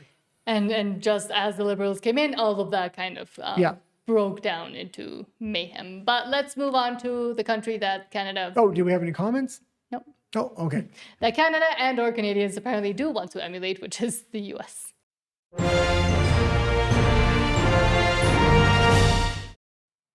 And this first story you kind of added like right before we went on, which is Greenland, another country that we're talking about. From Rapid Response 47, quote, the president says, "We're going to do something on Greenland, whether they like it or not, because if we don't do it, Russia or China will take over Greenland, and we're not going to have Russia or China as a neighbor. I would like to make a deal the easy way." Yeah, and this was quite the firm statement by Trump. This is different than all the other statements he made. Let's just see what he said, and then we'll kind of get into it. Right now, we are going to do something on Greenland, whether they like it or not, because if we don't do it, Russia or China will take over Greenland, and we're not going to have Russia or China as a neighbor. Okay? I would like to make a deal, the easy way, but if we don't do it the easy way, we're going to do it the hard way. Right now, Okay, and that's going to be interesting because the easy way to him is he's planning, or the rumor is he's going to give $150,000 to each individual citizen. China would be willing to offer a lot more, probably $1 million to each citizen to take control of the country. That being said, Trump's made it very clear, do it the easy way with the $150,000. Otherwise, they're going to figure out another way. So it's going to be interesting, but it does look like he's a little bit of a dictator there, the way he's putting it. Well, and this is coming from somebody that actually likes Trump. With Venezuela, we did see the carrot or stick method that the Trump administration employed and has employed with Venezuela specifically. So I do understand where he's coming from, where I'd like to do a deal with the easy way, but we can do it otherwise. Because with Venezuela, and we've talked about it multiple times. We're not talking about Venezuela. No, I know, but what I'm saying is, what they did with Venezuela was tried it through negotiations, tried it through getting Maduro to step down, which he didn't do. Then came the threats and the actual wanting to do something, and then finally the stick came. That's not this. I know, but this is Greenland. I know, but Greenland is similar in the fact that China and Russia are completely. It's not similar in any way, shape, or form. It's absolutely ridiculous to compare Venezuela to Greenland. I'm saying that that's where the comment he made came from. I think it's absolutely ridiculous. That we'll do it the deal the easy way, or do something more. It doesn't sound good when he's saying that about a country that is Greenland, that isn't a democratic country, that has cooperated with the United States. They've had a treaty with the United States. The United States is allowed to build as many military bases as they want there. I understand it's a strategic point, but they already have the right for military bases there. He wants something more than the military bases, which is obviously the minerals at this point. And if he's going to build those military... But also the strategic location. Yeah, well, if he's going to build the military bases for the strategic location, he's going to bring security to the country, which means he can then move in mineral extraction companies. Mm-hmm. But so you wanted to stay part of Denmark? What I say is they put it to a vote to Greenlandians, and they should vote to be their own country, not to be part of Denmark, not to be part of the United States, but to be their own country and have economic deals with the United States. I don't think Trump even wants that at this point, not by that statement. And I was on Trump's side because I thought he was really trolling and trying to provoke NATO to kind of kick him out because he doesn't want to be part of NATO anymore. Mm-hmm. But it looks like he does have real intentions here. Because, I mean, that would be, the whole NATO thing that we discussed the other day would be a good way to go about it. To say, oh, now you don't want me? Okay, fine, I'll leave. But they wanted to leave anyways. And we are seeing, for example, was it today or yesterday, the U.S. declared that they're leaving a lot of UN and other international organizations. So it might be a step towards that. But again, I don't think for the people that are, war, boots on the ground, I don't think that that's the way. Well, he's obviously not going to go in there militarily, but there's a lot of different pressure points he can put on Europe, on Denmark, on Greenland. And these are democratic countries that have been partners traditionally. I mean, Greenland literally allows the U.S. to build as much military they want and have military right of way within the country. So, but do you think that if Denmark, who has a little bit more power over Greenland, would allow, or it might allow, or is allowing China, Russia, etc., to come in as well, would that be enough of a reason for the U.S. because of the strategic location? Because Denmark has actually taken a very lax position. They can't assert themselves over Greenland because then they're going to look like a colonialist, and that's not acceptable to the Denmarkian people, I guess. So what they're saying is if Greenland has a vote and they vote to separate, they'll allow that. They've made that very clear. And if Greenland votes to separate... Kind of clear, because we saw what the other guy said the other day, that if Trump wanted to go for Greenland, that then they'd go take all their bases away. The officials inside Greenland, I've watched their statements very closely. No, but we saw that guy from Yeah, I'm Europe aware of that statement. He's not part of the Denmark government. No, but the EU, and we've talked about it as well, is very able to put pressures, sanctions, or just force countries to bend to their will as well. So. Yeah, if Greenland votes to separate, Denmark's going to honor that, they've said. And if they want to vote to be part of the United States, I guess that would be a vote after that. So. But we also saw Canada saying initially that they would allow any province to separate, and now they're saying that they're going to put restrictions. If the people vote, then it's not going to be that easy either. It's going to be that easy because the U.S. already says they're going to recognize them. So if Alberta votes to leave, the United States has already indicated in military meetings with the leadership of the Alberta separatist movement, they will recognize them instantaneously. So it's going to make that vote in Alberta, if they do vote to separate later this year, it's going to make it a real thing. At least I think so. I know you have a different opinion than I do.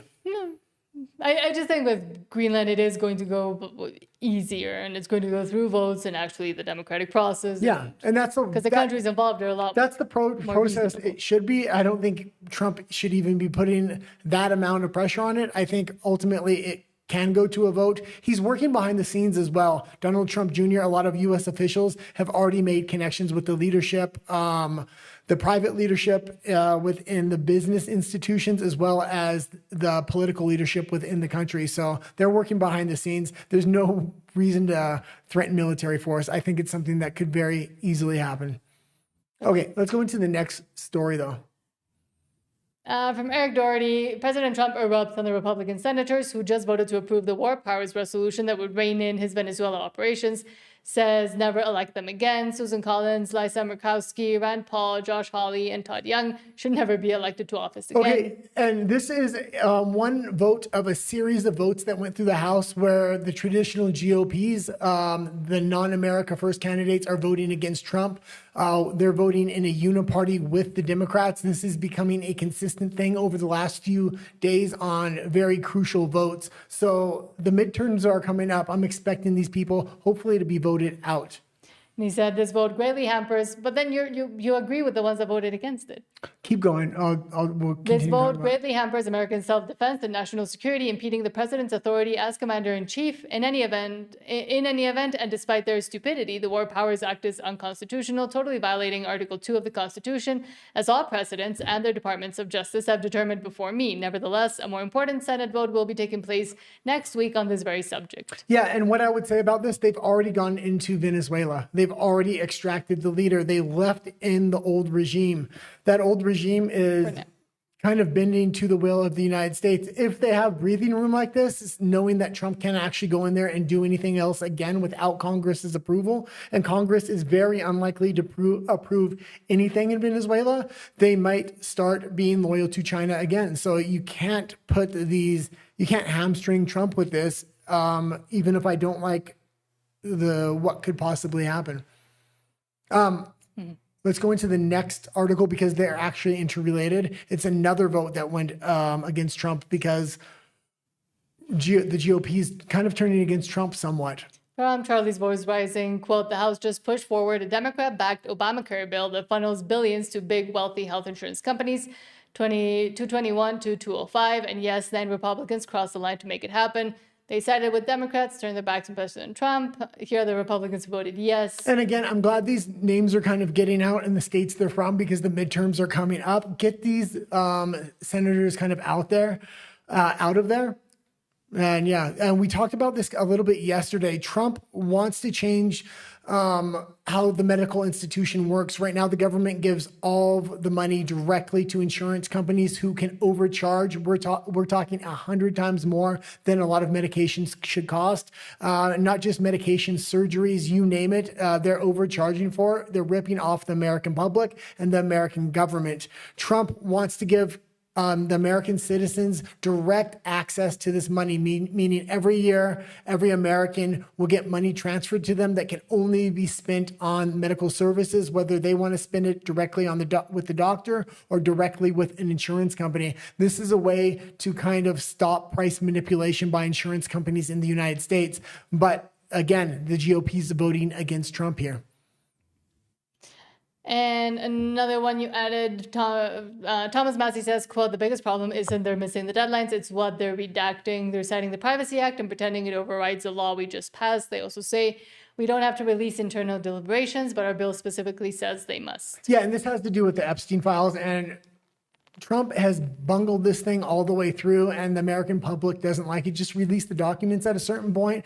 Have them be virtually completely unredacted. They're like, I'll let Massey explain it here, but the fact that these Epstein files still, millions of more documents. Can you turn it up or no? At this point. You know, if this were a private law firm with 5% of the resources of the DOJ, this would have been done by the deadline. And they just missed another deadline, which is the report to Congress, which is supposed to list all of the politicians that are in their files. And also, they're supposed to justify all the redactions 15 days after the first 30-day window. But the biggest problem isn't that they're missing the deadlines, is what they're redacting. So they're citing the Privacy Act, and they're trying to pretend like that overrides a law that we just passed that says you can't withhold records to prevent embarrassment. They're also citing FOIA standards, which don't apply to our law when they're trying to say that they don't have to release internal decisions. But our bill specifically says release internal decisions. Okay, and this is one of the big things, especially with the midterms coming up. Trump needs to correct. He's done a lot of good things, but this is gonna be a pressure point that the Democrats are going to really push on, even though I don't think this affects Trump in the way they're making it out to be. That being said, he needs to correct this before the midterms, or maybe he's trying to use it as an explosive way to win the midterms by having selected documents come out at the right time. Even if that's the case, just release them all at once. Otherwise, you're kind of muddying the waters here, and nobody's going to believe what's actually in the files. People are going to start believing you're holding certain files back and releasing others. Yes, and now getting into... You can give commentary as well at any point. And now getting into the whole Minnesota thing, which we have kind of touched on, but there's more opinions and more evidence coming out. So let's see, from Brandon Tatum, quote, Stephen A. Smith's take on the legal observer who tried to end ICE agents with her car. Legally justified, don't expect him to be prosecuted. He was completely justified, but humanely, why did you have to do that if you could just move out of the way? Which I disagree with. You could have shot the tires, also disagree with that. Yeah, and I agree. I disagree with the statement generally as well. But that being said, this is an acceptable opinion from a leftist, meaning he's saying it's justified from the officer's perspective, but he shouldn't have gone that far. Most leftists are just trying to turn this into George Floyd and saying this was an intentional thing. Not at all. Stephen A. Smith at one point was talked about as the candidate for 2028. I still think he's a decent candidate because any politician you put in there is going to have a long history of corruption. And going into 2028, if he has takes like this, for the left, this is a not a bad take. I saw the video on numerous occasions. And seeing what transpired, from a lawful perspective, as it pertains to a law enforcement official, don't expect him to be prosecuted. He was completely justified. From a humanitarian perspective, however, why did you have to do that? If you could move out the way, that means you could have shot the tires. That means you could have got her a few feet away after you shot the tires. And if you were unsuccessful in doing that, you could have got her down the road. You didn't have to do that. She wasn't driving down the road coming at you 90 miles an hour. She was parked in the middle of the street. And rather than get out the car, she wrongfully tried to drive off and wrongfully disregarded law enforcement official, which is exactly what ICE is. And as a result, lost her life because of it. I'm here to tell you. Okay, and I will say this. After I seen that statement, I went to rewatch the video, and the initial bullet went through the front windshield, meaning as he got hit, he fired. So it's completely justified. The vehicle itself is a deadly weapon. I mean, he could have easily have been killed if they would have let her go and it turns into a high-speed chase. Other people are going to be put at risk, especially on icy roads in the winter like in Minnesota. So, but also, as far as a leftist statement goes, at least he says this is a completely justified act by the officer itself. And we have seen a lot of crazy, like, oh, it was an execution, it was on purpose, shot through the window. No, initially the first shot was through the windshield as she was going toward, like, actually moving the car towards him. You can see the tires on those first few videos. On the ones that were slowed down, you can also see it. And I think, and not to shill for Tim Pool, but I do think Tim Pool did and has continued to do pretty good analysis on the videos that come out. I don't know if he's seen this next one we're going to play, but this one came out, I believe, yesterday. But the response that we were seeing in Minnesota and from leftist activists all throughout the US, and then trying to also blame the shooting of the 2 illegal Trinidad suspects by ICE in Portland also on all of this, and trying to genuinely create a quasi George Floyd moment. I think it is important to continue to try to tell the truth, but also continue to show the lies that the left has continued like 3 times, that the left has pushed on people. I've seen TikTok, and I don't want to play them, but I've seen TikTok videos of specifically women, funnily enough, coming out and saying, oh, we now have to actually do something, direct action. We have to go out there. We have to go against ICE. Hold on. That's not the only people that are saying this. A lot of leftists are saying we need to use our Second Amendment rights and fight back, which is absolutely insane. They're trying to turn this into a full-on civil war. At least that's what they're trying to foment in the news. I don't think it's going to catch on. And it is cold, and we do see that protests usually happen during the summer, and the Summer of Love happened during the summer, but we are starting to see them creating Chaz block zones style again, where they like block off a street and say that police are not welcome there. They're not allowed to do that. Yeah, but ICE is continuing to go into these daycares of corruption with the Somali community there, which is a good thing. Make sure the American people know there's massive amounts of corruption going on there. This was not unjustified in a lot of ways. So, but also to understand that there are consequences for actions people take. And I think for the longest time, the U.S. has not been following to the T the rule of law that they could, and that the laws that are already in place to stop things like this from happening. And Minnesota and a lot of lefty liberal states have allowed for these style protests and this style harassment on ICE to go on for months, if not years now. And I do think now it is justifiably, like, some consequences are coming, especially when you're choosing deliberately to do an act that you know is not what you should be doing. Well, you have to remember they had the... She was an activist. You have to remember they had the No Kings protest, and they've had multiple of these things now trying to foment an incident exactly like this. The good thing is this thing happened in the winter in Minnesota. It's extremely cold and icy, so that's going to make it harder to expand these protests. That's number one. But number two, the amount of corruption that's happening in Minnesota itself was getting massive coverage. This is a hot point in the United States. So the fact that they want to foment these riots or these protests to kind of distract away from the corruption that's going on there, don't let them do it. Continue to do the raids, continue to do the audits, bring the IRS in there and look at every single daycare and everything that's going on. Don't let them change the subject just because you're having some paid protesters in the streets. And I do think that is why Tim Walz and the mayor, I think his name is Jacob Frey, came out with such forceful statements and trying to incite and continue to foment what essentially caused all this to begin with. Yes. But now, today, I believe, new body cam footage came out from the officer that was involved in the shooting. Robbie Starbuck says, wow, Alpha News got the body cam footage of Minnesota ICE shooting. Could not be clearer that she accelerated, and I'm going to play it straight through, and then I do want to slow it down. This was a good clip because it actually showed the whole incident from well before. And that he had every reason to fear being run over and ended. Democrats look insane if they try to defend this, but they already are, of course. So let's play it like this and then play it slowed down as well. And this is the police officer getting out of his car. They had the dog in the car. I didn't know that.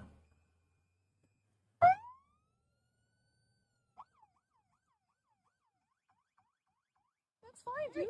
I'm not mad at you. It's okay, we don't change our plates every morning, just so you know. It'll be the same plate when you come talk to us later. That's fine. U.S. citizen, former... And that's the wife of the deceased. Come at us? You want to come at us? I say go get yourself some lunch, big boy. Go ahead. Out the car. Get out of the fucking car. Out of the car. Oh! And that's the cop getting hit right there. And I do So want to you play can't it slowed get down you as well. can't get a closer camera angle than that. He was obviously hit. You've seen the camera. You heard the impact. I mean, we've seen multiple angles. A lot of those angles weren't good, that great to this point. This was obvious evidence that he's completely justified in it. And you can also hear this individual, the wife or alleged partner of the deceased, saying, "Drive, baby, drive," as he approaches the vehicle as well. And as she's being told, get out of the vehicle, and her not planning. But you can also see her face if it's slowed down enough. Okay, we can continue. No, I'm trying to get to this point, right before she starts accelerating. Because you can see where the wheels are turning. Right now she's backing up.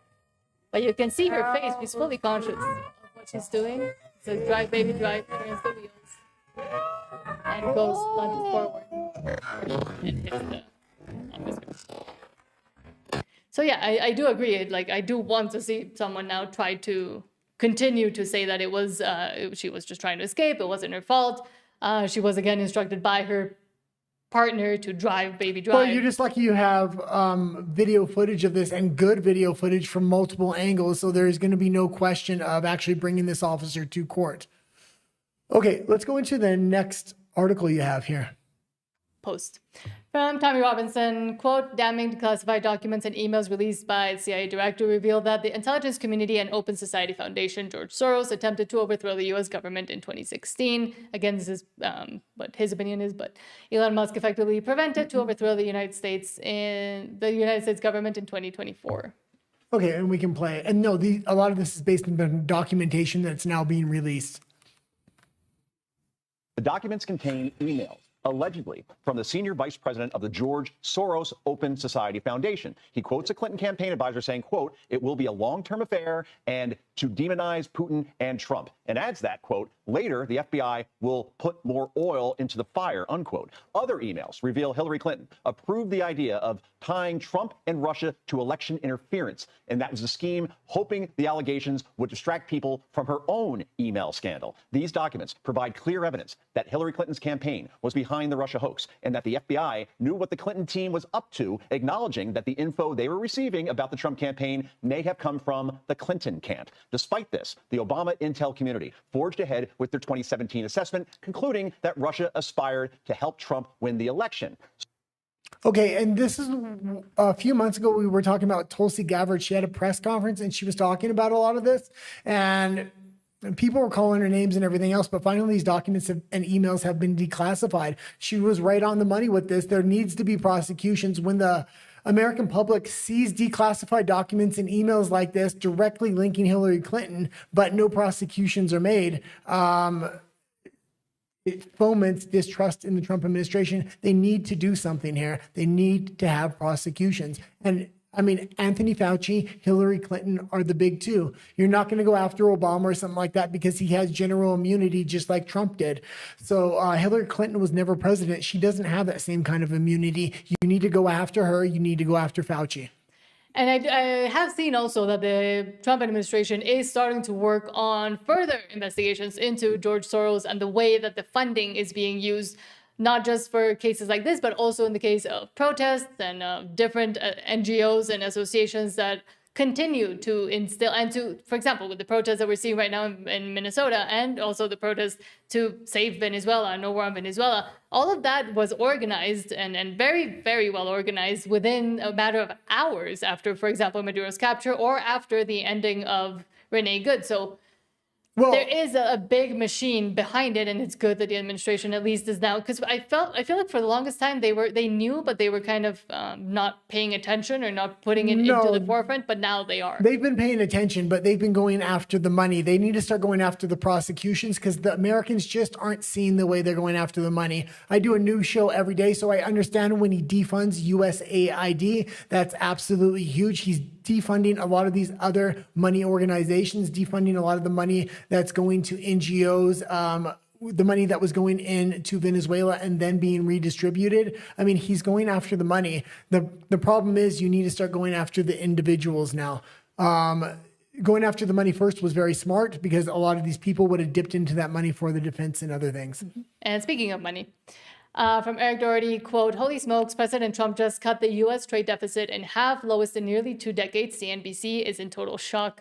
Buckle up, this isn't real. $29.4 billion, we cut it in half. In March, it was $136 billion, now under 30. Yeah, and I know a lot of shows just like to give Trump a hard time. We've shown some things like the Epstein files. Well, I'll show both sides, but a lot of articles have kind of been coming out like this and information's been coming out like this.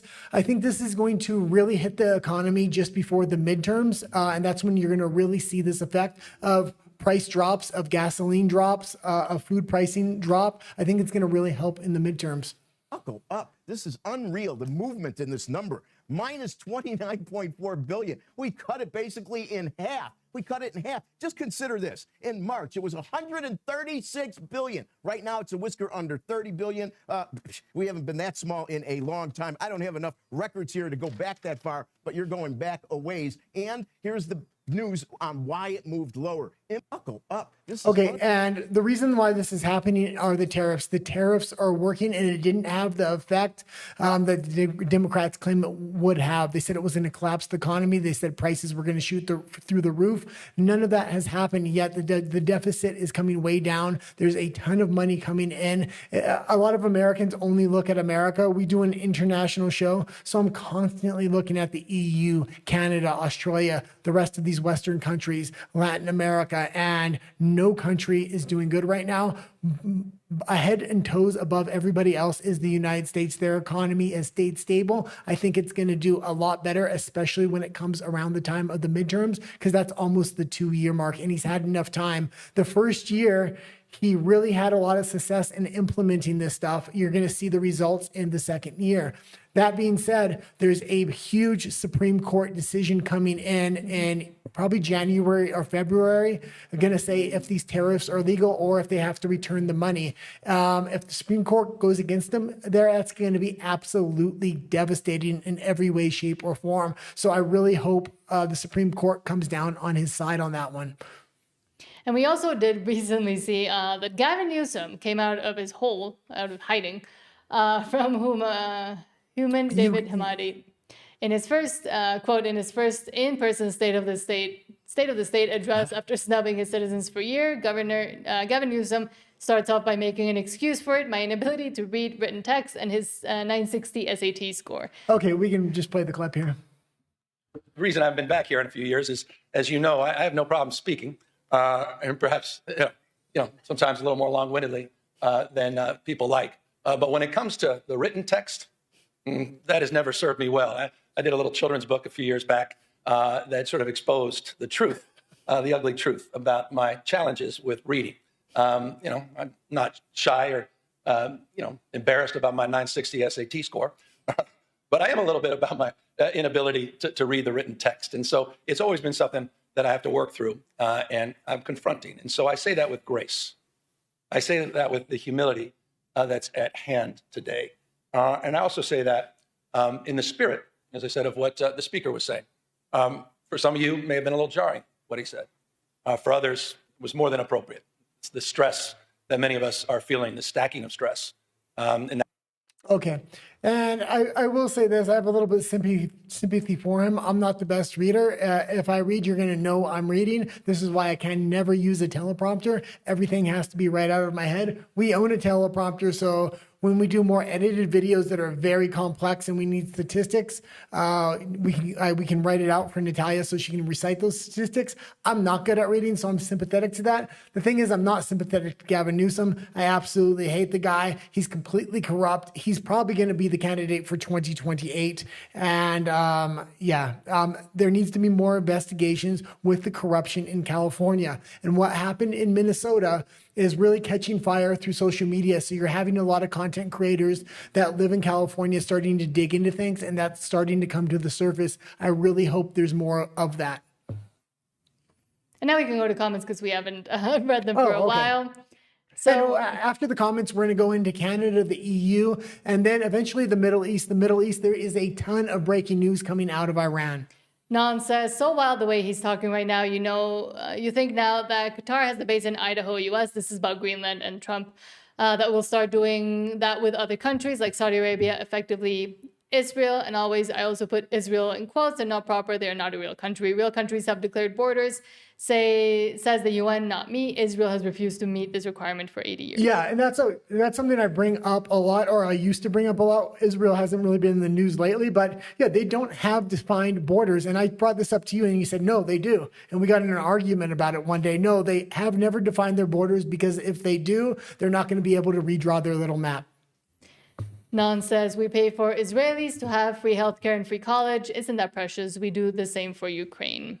And says, Nan, not sure about the college in Ukraine, but we have been paying every first responder salary there, doctors, nurses, ambulance drivers, etc. Yeah, too much money is going to Ukraine or to these foreign wars, these foreign expeditions. Right? Too much money's leaving the country. That being said, if you do get a added on benefit when it's in your own region, it's a lot more justifiable. And when when countries are actually bordering you, like Mexico, there can be add-on effects to the relationship and possibly going against cartels and things like that. I think it can be justified to Trump's base in that case. Venezuela can also be justified because you're getting oil in exchange for security, hopefully rebuilding their economy. I mean, the world's eyes are going to be on Venezuela. Hopefully it's a successful operation, not just for the United States, but for the Venezuelan people. And hopefully their economy emerges as one of the stronger economies in South America. It should, because of the amount of oil, gold, and natural resources that they had. And because there's been so many sanctions on them for so long. If those sanctions drop, we should see a reemergence of that economy. And we also saw, recently, even though the regime or part of the regime is still there in power in Venezuela, we did see the release of at least most political prisoners. So that was good. That was a first step. The current administration that's in Venezuela is going to have to really gain trust with the Trump administration so they can slowly release sanctions, because they haven't released any of the sanctions yet. Nan also says about the Epstein files, release the MFing files.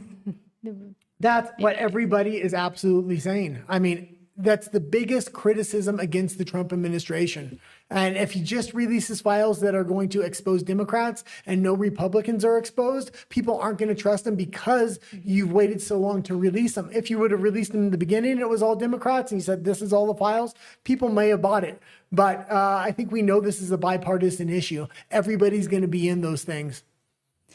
And Trent Briggs, says regarding the Minnesota shooting, she saw a human in front of an SUV and decided to step on the gas. Yeah. And I think that body cam video just made it even more obvious. But people in the independent media need to keep putting this out there, keep putting this footage out there, keep replaying it so they don't get a false conviction, or they don't try to get a conviction on this officer that's 100% innocent, and then they're going to try to make a Chaz chop zone, which they already did it. Yeah, they're already starting to do in Minnesota. Don't let them take over the city. And I think he might not even go into a courtroom or see trial because of now how obvious it is. Yeah, but what happened with George Floyd and the police officer in that case, Derek Chauvin, that move was actually a trained move from the police department he was part of. So that's what they told him to do. I think it was more the police department's fault for wanting to implement the knee on the neck rather than his fault for actually implementing his training. And with this one, and also as he's moving around the vehicle, you can see that right before she starts and looks at the officer standing in front of her and starts accelerating, he does try to step to the side and then gets clipped by the car. And it made it more obvious. Non says, I'm not saying he was wrong or not, the officer, but I will point out this is just the daily noise in America, just crazy that cops almost always are not held accountable. But in this case, I don't think he is accountable for anything. Well, in this particular case, I think they want especially the government within Minnesota wants to blow these protests up to get the federal government and the investigators out of there, because shit was about to land on the heads of the local politicians in Minnesota. They were completely complicit in the corruption that was happening with the Somali community there. We're talking billions of dollars. And Trent says, but he didn't have to step in front of the vehicle. I do get that point. But now with the body cam footage, and we're seeing that he's recording a 360 of the vehicle, that makes a little bit more sense that he was actually on his way to continue recording. And that is why he stepped in front of the vehicle as the partner, lover, wife, whatever you want to call her, starts yelling, drive, baby, drive. And the other cop is saying, get out of the car, get out of the effing car. Yeah, and I'll say this. A lot of these leftists just have takes that are completely one-sided and trying to rewrite the narrative. That's why I did play Stephen A. Smith's view of this. At least he said the cop was justified in his actions legally. So I understand he takes the opposite stance here, but at least he's not trying to go after a prosecution on the officer. Mm-hmm. And Non says, completely justified, seems a little bootlicky, even if it was, speak with some humanity. It's effing sad. It's sad that she decided to, in my opinion, it's that she decided to, and maybe was propagandized enough. And the wife also an activist, both of them activists, decided that this, and were proven that this was a good idea by past protests and by how the narratives have been shaped, especially within mainstream media and on the left, that this has become just a daily ritual that they do. And we continue to see also videos of other mothers that are being stopped and they're being detained because they are blocking the enforcement and the actual enforcement of ICE and what they're doing and their activities. And now they're finding out that it's not just that easy to go, but we see the rhetoric, go end a cop, go kill a cop, go do this, go do that. It's not conducive to this being... Well, and when I said completely justified, I'm talking about completely justified by department protocol. So that's kind of what I'm focusing in on. What is the department's protocol? Was he justified in his actions? He was completely justified under police protocol. Now, if they want to rewrite that protocol in the future so officers won't be... in that same position. Wouldn't be in the same position, or they'll be told to let the vehicle go, because a lot of departments around the nation, once you're in a high-speed chase, if you go over 100 miles an hour, you're supposed to let the assailant go so nobody gets injured. It becomes too dangerous. In this particular police department, this was justified. It was ICE. All right, yeah, in the state. Yeah. And also, I continue to quote Tim Pool because I do think he did good analysis on this. He did also say, and it has become said and widely known, that this specific officer had been run over and dragged by a car about 6 months ago, requiring 36 stitches. It wasn't super, he wasn't gravely injured, but at least he had also that reference point. And also more and more videos continue to show up of cops actually being killed by vehicles accelerating into them and towards them as they stand or are trying to direct the person to leave the vehicle. Yeah, and I was a lot more sympathetic to the argument that he shouldn't have shot, because I thought he shot through the side window. The initial shot came through the front, meaning he shot as he got hit. And to shoot the wheels, again, it's a split-second decision. And usually, I think, most officers or cops are trained to shoot to kill. Yeah, all you have to, at this point, you have to go through the protocol of what the department was or what ICE protocol is. And so far, he's completely justified from what I've seen. And Trent says, this is how cops are trained. You can't blame him for that. Exactly. It's the law to obey the cops. And that's also another point. Like, you are supposed to, even if you don't like them, even if you think they should all be ended, you're supposed to, if you don't want to get and face the consequence, you're supposed to obey, at least initially, the cops. Then you can go protest and go sue them or whatever. This is why I also brought up the George Floyd case, because that was department protocol that move Derek Chauvin used on George Floyd. That being said, it may not have been necessarily the best move, but that That's on the police department for training officers to use that. So if you want to have anybody liable for what happened to George Floyd, it needs to be the police officer, not the police department, not the officer that implemented the training that he was given. To the T. I mean, and that evidence was actually not permitted in court. So. And Nan says, yeah, Portland, born and raised, fled to the north when I retired 2 years ago. Don't regret it one bit. Portland was an awesome place to be till the mid-2000s. Yeah, Makes me sad. Portland, it's absolutely a travesty what's kind of happened there. It's a beautiful part of the country. I'm originally from Vancouver. You lived there for years. It's very similar to Portland and Seattle. And Portland was even nicer than Seattle because it was much smaller and it had that small town feel. It's a shame what's happened to it. Hopefully somehow they can get their city back. I know there's a lot of talk about Eastern Oregon and Eastern Washington wanting to separate because they're ideologically at odds with Portland and Seattle. And Nan says the most dangerous thing an American can do is to disrespect a cop, but that is law and order. And I think that is the way it should be. I mean, if you don't have respect for the officials that keep and they're supposed to, and of course, a lot of cops are corrupt, etc. But if you cannot uphold the position that cops have, then all rule and law breaks down. I'll disagree and just take the other side to play devil's advocate here. If a police department doesn't have a body camera, I think all police departments should have body cameras. And then, yeah, you should follow what the lawful orders are. But if these police departments don't have body cameras, it's really he said, she said, and the court's always going to take the officer's side. I think that's an equation for a corrupt system. All departments should be required to have body cameras, and that probably 2 body cameras. So if one body camera goes out, there will always be one working. So we always have audio. We always know what happens. I don't want to see a situation where the body cam goes out, maybe intentionally, so then the officer can make up lies or make up a situation that didn't happen. I would say 2 video devices that both have audio on them. And if they have that, you should always follow what an officer says. And with that, I do agree. And again, I do also know that there is massive and has been massive corruption within the police departments, even federal offices, etc. But coming from a country, Mexico, where the police essentially are both non-existent and corrupt and inefficient and useless, essentially, I do understand the value and the virtue of having at least some sort of respect for police officers. Here, people don't usually get scared of seeing a police officer. The more likely train of thought most people have is, oh, how can I bribe him? Or is he going to ask me to bribe him? Because that is what cops do here. At least in the States, some officers, I will say, are following and there to impart the rule. In Canada, the United States, you're not going to see officers ask for bribes. I've never been in that situation. Here, it's a common daily occurrence. On your Spanish show, I think you're going to have a clip tonight. We were going to put it on this one, but it wasn't Spanish.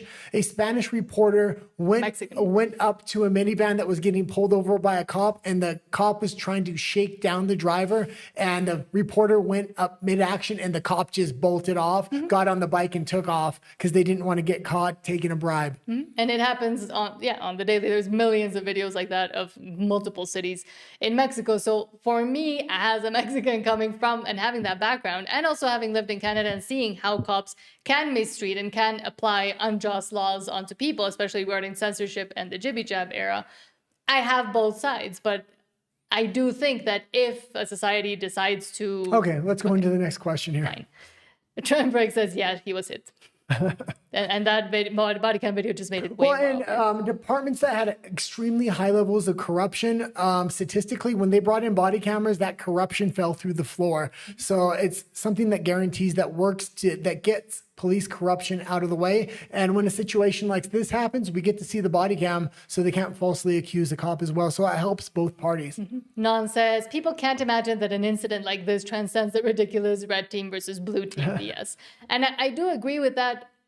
But at the same time, we have seen the blue team kind of call call people Yazis and Gestapo and etc. Tim Walz himself, and inciting this kind of thing against ICE officers because of the Donald Trump and the mandate of the people. I might be more sympathetic to the blue team here if there wasn't massive corruption currently happening in Minnesota where ICE was, and now they want to foment a Chaz chop zone where they start taking over the city to kind of push ICE out of the city so state officials can get breathing room and maybe hide the corruption. They're already starting to burn documents and fake break-ins and said, oh, somebody broke into the daycare facility and just took all of our documents. They didn't take anything else. What benefit does that have other than people trying to cover up corruption? We have to remember this didn't happen as an isolated incident. This happened under maybe one of the biggest political and economic scandals in U.S. history, depending how this thing turns out with the Somali daycare community. And Trenberg says, yes, Renee saw the cop in front of her before she went. And exactly. Yeah. Like now it is even, okay, let's get into Canada. Hold on. Trent says, oh, Lord, Gavin. Oh, that man. Non says, cop with PTSD and an angry and an itchy trigger finger. Should he even have been at work?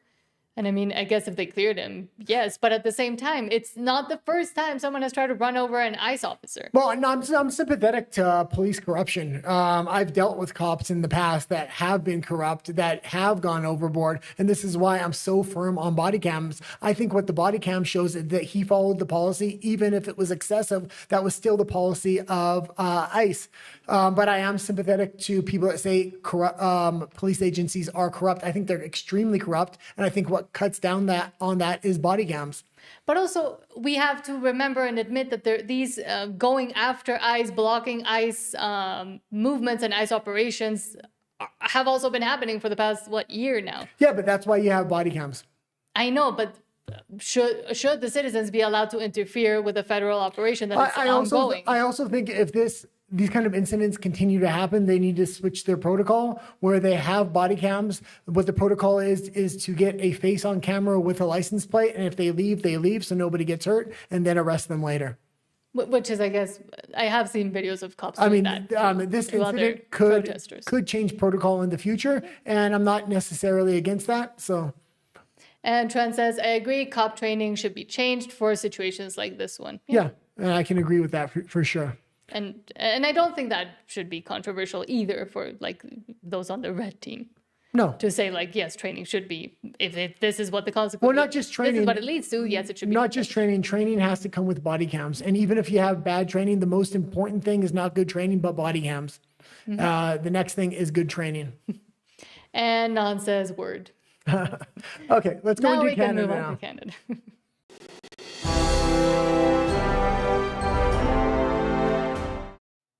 Land of the Moose. And we only have one story in the Canadian section today, and then we're going to get into the EU. But let's get directly into the first story. From also Harrison Faulkner, the Canadian government announces a $200 million fund exclusively for Black-led organizations to provide sustainable funding for Black-led, Black-focused, and Black-serving organizations. This is what diversity, equity, and inclusion looks like. Oh, because... great. We've advanced two, and the work isn't done yet, but we've advanced two national anti-racism strategies to combat anti-Black racism.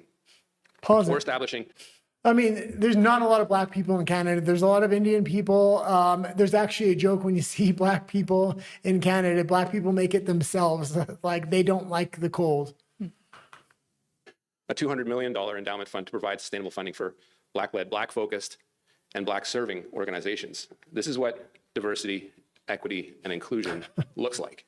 This is the power of a strong Canada, because when one community thrives, we as a country and as a people thrive. We've advanced two. And I used to cost of living crisis. Well, I used to have a friend that used to actually write grants and get hundreds of millions of dollars for different organizations. And if you're not a woman and you're not a minority, you're not going to get any of the billions of dollars that are kind of given out. They're all given out with criteria, and those criteria are always you have to be part of a minority community or a woman. I constantly tell a story. I got you a job within the film industry because you are a woman, and all my friends that were far more qualified than you did not get the job because they were men. But as soon as you applied, you were hired because the film industry in Canada Well, you were also hired pretty quickly. requires, I was extremely qualified for the job. Yes.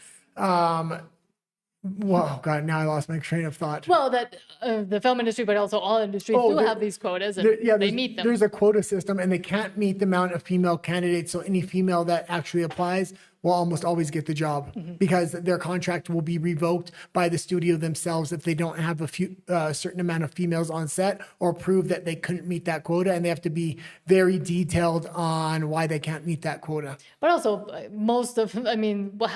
what percentage of jobs go to the government? It was 1 in 4 or something like that in Canada. And government jobs, of course, have even stricter and higher quotas. So it is sad. Yeah, 1 in 4 people in Canada work directly for the federal government, which, imagine that voter block. That's 25% of the population. Let's move on to the EU, the European Union. And there's a bit more on the EU. Yeah. But similar to the ridiculousness we continue to see from Alex Jones, quote, UK government announces plan to give white men huge sentences and let non-whites go with no prison time. Like, I don't know if they're trying to foment a civil war, but this is like just blatant racism or two-tiering police systems. Not only the policing system is two-tiered, the justice system itself, when it comes to sentencing, is two-tiered. And if someone is of ethnic, cultural or faith minority, or a young person under 25, or a woman or a pregnant woman, they will get a special sentencing report. Normally, those pre-sentencing reports do mean that the sentence is mitigated, that time is taken off for a jail term, for example. What it means, though, is that white men are going to be treated a lot tougher by judges from Tuesday compared to other groups in society. And that is unacceptable for the Prime Minister. That's the two-tier justice system right there. I said twice, would you scrap the Sentencing Council? He said all options are open. Sheinbaum Mahmood, she's the Justice Secretary, she's put out a note just moments ago. She said that in her view, these guidelines represent clear, differential treatment under which someone's outcomes may be influenced by their race, culture or religion. This is unacceptable, says the Justice Secretary, and I formally set out my objections, she says, in a letter to the Sentencing Council last week. She is extremely disappointed, she says, by what's happened here. All options on the table, that same language Let's used stop there. That was 8 months ago. Okay. It's now in That's place. good. And even before they had implemented those policies with the sentencing guidelines, there was already a two-tier justice system when it came to police interaction and even police hiring. And in the UK also, like statistically and statistics-wise, it is very also skewed towards the other side. So who are these white men that they're trying to... And again, they've also started to go after Facebook posts and try to jail people for praying on the street and hate speech and all of these things. So of course now it is easier to implement way stricter guidelines on those you're opposed to. Okay, let's go into Emmanuel Macron of all people. From Australia, quote, French President Emmanuel Macron declares it's time for new partnerships, calling for reforms to the international order. He warns that a might is right mentality is resurfacing, leaving people to wonder whether Greenland could become invaded, Canada could become the 51st state, or Taiwan could soon be under threat, which it already is. Yeah, you have to understand that China and Russia were using this system against the United States, making them follow a lot of these international standards where they themselves did not. It is not enough to simply conclude in the face of this withdrawal that the end times are near. No, the time has come to come up with new partnerships, as is the case, as I said, for defense. And the next issue is international governance, which is a broad topic. And it would be naive to say that all is well when I have just told you how chaotic it is, that might is right seems to be reigning, and people are wondering if Greenland is about to be invaded or if Canada is about to become the 51st state, or if Taiwan is under threat. Many of you discussed this with me. Okay, and you can leave it there. And Europe is upset because they're not one of these power brokers. They're not China. They're not Russia. They're not the United States. They don't have the ability to manufacture their own weapons. And their citizens are immensely opposed to most of the policies that not only their governments are taking, but the international community is taking as well. Mm-hmm. And like one of those stances again from the UK, from HJB News, British Prime Minister Keir Starmer said, free speech on X is disgusting and disgraceful and mustn't be They're tolerated. constantly passing legislation. This is one of 3 clips. I just thought this was the best clip of the 3, but the other ones were the Justice Minister. So this is something they're really going after, and that they want to outlaw X in the UK. Disgraceful. It's disgusting. And it's not to be tolerated. X has got to get a grip of this. And Ofcom are at full support to take action in relation to this. This is wrong. It's unlawful. We're not going to tolerate it. I've asked for all options to be on the table. It's disgusting. And X need to get their act together, and we will take action on this because it's simply not tolerable.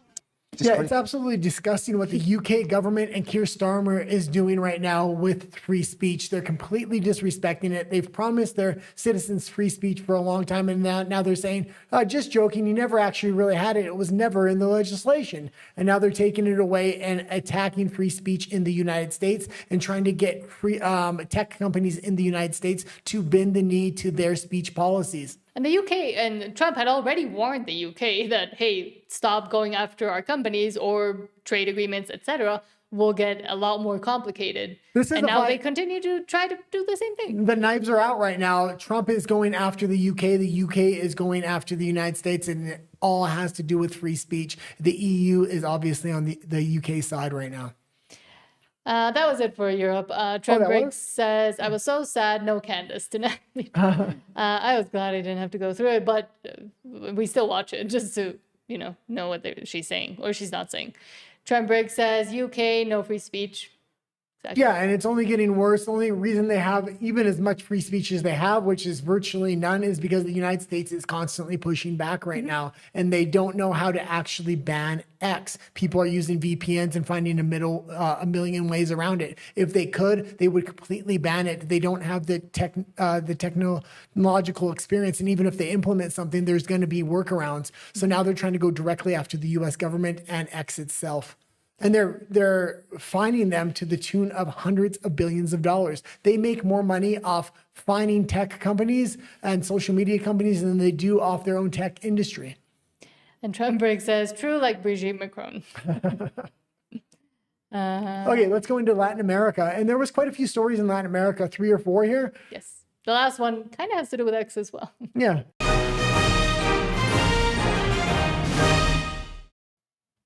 And starting off with Javier Milei from Basel the Great. Javier Milei has reached 60% approval in Argentina following the success of his economic policies. This is unprecedented. Capitalism wins. Yeah, and they did a currency exchange just before his last election that really helped him out. They've now paid back that money, so it was successful for both parties. The U.S. ended up actually making money off of that deal, and Argentina is in a very good spot financially right now. He has major support there. In the next election, he's expected to win a majority as long as he can kind of maintain this. And we have both been critical of Javier Milei because of corruption scandals, but also some changes in his goals and his positions that he initially helped get him elected.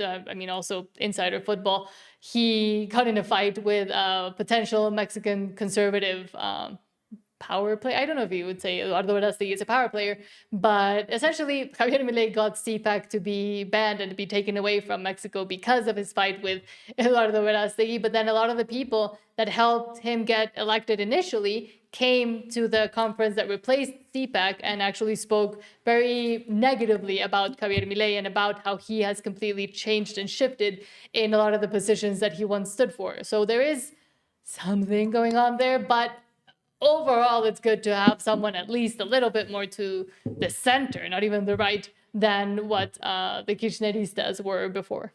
Yeah, I like Javier Milei, and he's a nice hybrid because he has a lot of conservative moral stances, but it's a lot of libertarian economics. We now seen Argentina, Chile, even Venezuela. Colombia is going to have an election. The only thing going to be really left standing is going to be Brazil. Now, I understand that's Mexico. I understand that's the cornerstone of South America. I'm mainly talking South America here. But if the October election in Brazil somehow shifts, that's going to be an entire right-wing South America there. China's going to be gone. Yeah. And China invested trillions of dollars trying to take over South America. Yes.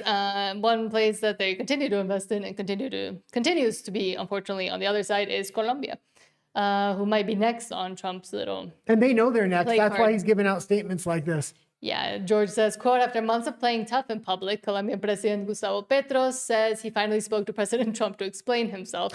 It lasted about an hour and he let me speak, so I try not to talk too much. If there's no dialogue, there will be war. They're all folding like laundry under Trump's immense pressure. Yeah, and yes, this looked really bad for Petro. And it's in Spanish. I don't know if you want to play it or not. I mean, I guess I can read the subtitles and or translate. But because of seeing how quickly he folded after the phone call. Election's literally coming up in 2 months. That's why he's changing his position right now. And because he had been yelling, and there's a bunch of videos of him saying, come get me, I will go to war with the U.S. We have a military, and now this. He had another version. And today, we spoke on the phone for the first time since he became president. Everybody cheers.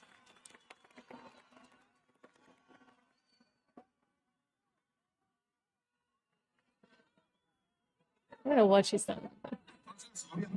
So obviously I was concerned and I was late arriving here because the call ended just before I got here. It lasted about an hour and he let me speak, so I tried not to talk too much, but I stayed up and touched on 2 topics in the conversation so as not to make it too long. I told them and requested that direct communications be reestablished between the foreign ministers and the president. Okay, you can leave it there. We get the idea of his tone of speech. If you've seen any of his speeches before, he is very bombastic. He goes after Trump. He goes after the United States. The only reason he's talking like this is literally the elections coming up. And the United States has no indication they want to go into Colombia. They want to change that nation ideologically by elections. And there's a huge indication it will change. The problem is one of the major candidates that was supposed to run against him was assassinated. Yes. Oh, wow. Miguel Uribe Turbay. He was essentially, and sadly, was also assassinated close to when Charlie Kirk was assassinated. But he was that type of figure in Colombia, and he was bringing that type of ideas and this different type of conservatism than what we are used to in Latin America, that we also have seen Cas bring in, and a lot of different leaders that have been able to rise up to the top because those are the ideas that win. And the U.S. would be, in my opinion, a lot smarter if they went through helping elections, not changing or distorting elections, but helping candidates that would actually bring those ideas and that ideological shift to Latin America rather than just going after every president. Yeah, so the big question is, since that assassination, is there another candidate? There's a hunger for that change, but is there somebody that can really get behind? They may just vote for the ideas based upon any candidate that's espousing that. They definitely need a change there. This type of populist conservatism is really coming through Latin America. The problem is Mexico is George Bush GOP rhino neocon conservatism, and they just don't have a hint here. That's the only thing. It seems like it's never going to change, but we can only hope. That's what I'm here for. In Spanish, that's what I try to always talk to. And before we get into the next story, I keep forgetting to say it, but we're trying to get to 1,000 subscribers. If you're not subscribed, please do so. It really does help. And every single like helps, because we do definitely get throttled through the algorithm because of the types of things we talk about. And because we're in Mexico. But let's go to El Salvador. And we already showed one version of what prisoners in El Salvador are doing. But now also prisoners in El Salvador are cleaning the beaches. Amigos, miren eso. Los prisioneros aquí en El Salvador están limpiando las playas turísticas. Qué chéverísimo. Qué bonito. Oh, nice. Y lo bonito también es que pueden salir del cárcel un And what's rato, nice is that they can come out of jail and actually be on the beach and do Okay, and you can leave it there. And the good thing is, you get out of prison for the day to clean up not just the beach, but the community in general, number one. But a lot of people would counteract that by saying, oh, this is slave labor. No, because there's a reward system. For every 1 day you work, you get 2 days deducted from your time. We talked about that system. I think it's really good. I like the other programs, though, that teach construction, teach plumbing, and teach electrical. And those are three of the big systems they're kind of building for the rehabilitation program when people get out, so they can build housing at large for El Salvadorian society. And now moving to a story that is in Spanish, so I will have to translate it as well. But the concerns, it hits closer to home here in Mexico, but also speaking about free speech and censorship, and like the UK wanting to ban X and artificial intelligence in this case, which, I mean, I don't even like it, but I'll defend it. Luis Cárdenas MX, and I will translate this, so sorry if I take a while. José Ramón López Beltrán demands an apology from X because of the response that X's AI gave him. So this is the former president of Mexico's son, and he doesn't like the way X described him. Now you go into the description. I thought it was funny, and I thought it was truthful, because they literally asked the artificial intelligence a very specific question. And just a little bit of context, José Ramón López Beltrán, but also the other three sons of Andrés Manuel López Obrador, or AMLO, are former president, but the same party is still in power with Claudia Sheinbaum. They are highly, highly corrupt. A lot of information and actual evidence has already come out about it, but it will continue to do so, including their involvement in the train that recently derailed and ended 13 people's lives. That was also under their... Okay, let's make it a little more concise, because it's a very niche story. Okay, so he asked X for an apology, an institutional apology, after a response that was emitted by artificial intelligence Grok, where he accused the artificial intelligence of incurring in hate speech, body shaming, lies, and disinformation. The annoyance...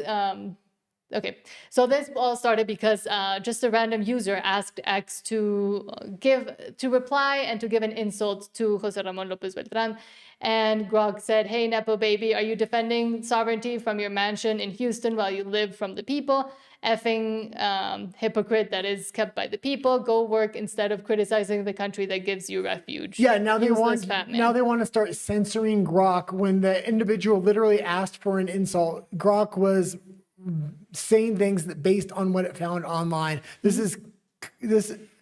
It's a little bit ridiculous, and this is just more censorship and how other countries, foreign countries, are trying to go after American social media companies through hate speech censorship and specialty group censorship. But also the framing of, oh, it's the AI that is now doing hate speech and insulting, and it's because of how it is trained and the people that own it, that's how they train it. This is how it's being framed to, in my opinion, try to censor artificial intelligence as well, because it's not beneficial for the current corrupt regime. Okay, let's go into Australia now.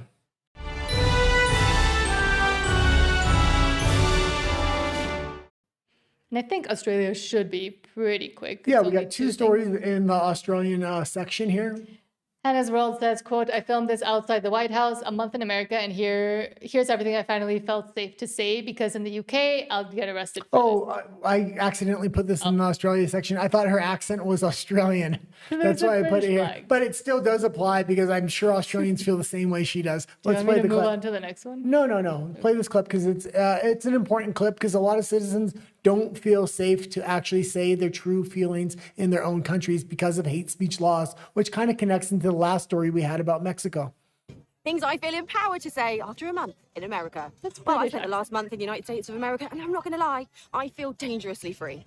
But before I go back to the UK, where I'll probably get arrested for wrongthink, here's a few things that I now feel completely empowered to say. Illegal immigrants, we don't want you here. Yep, shoot the drug boats out of the sea. You can ban Sharia law while you're at it. Play the national anthem before every event, even dinner. We need to fly our flag everywhere, on your house, your car, your T-shirt, doesn't matter, because guess what? It's our damn country. Put up a Christmas tree. Hell, put up 10 Christmas trees. It's not holiday lights. And no, we're not adjusting it for your Muslim feelings. Say Merry Christmas loudly and often. Oh, and wouldn't it be nice to drive 2,000 miles like we did and not see a single mosque? Fine by me. Oh, yep, and you can also run over the lefty Palestine weirdos blocking the motorways, or just arrest them like a normal country. No Palestine, Ukrainian, or Venezuelan flags. Just British flags, or American flags over here and Floridian flags, because that's what patriotism actually looks like. Veterans get respect, they even get their own parking spaces, as they should. And the healthcare, yeah, the VA actually looks after them. You know what I haven't seen? Homeless people begging in the street, aggressive druggies outside Aldi, random machete attacks from choir boys. Nope. Instead, I've seen freedom, real pride, power, Guns. Yeah, I said it. Concealed carry, so you don't end up being the only unarmed one when shit goes sideways. And every single American I've spoken to loves it. And they want more of it. So now I'm heading back to the UK. The land of hurty words, the land of the BBC, grooming gangs, and a limp dick prime minister. Unless there's young Ukrainian boys about, of course. Yeah, I said it. And while I'm here, I'll say this. Keir Starmer, you are indeed a wanker. Okay, and you can leave it there. And the problem with We'll see how long she this is lasts. we've seen people from the UK, I thought she was from Australia, but specifically from the UK, we've seen other individuals make videos just like that and get arrested on the way back into the country. Famously, one of the big comedians within the UK got arrested on the way back. We reported on that story. So I'm not going to be surprised whatsoever if she does get arrested going back into the UK. And while you may think it's controversial, she should have the freedom to say so and to give her opinion. And I think she was in Florida because she did mention she didn't see like a big homeless population. And I think then she said she was in Florida, which makes a bit I more look sense. like Washington, D.C. to me, but maybe not. She said Florida, here in Florida. Okay.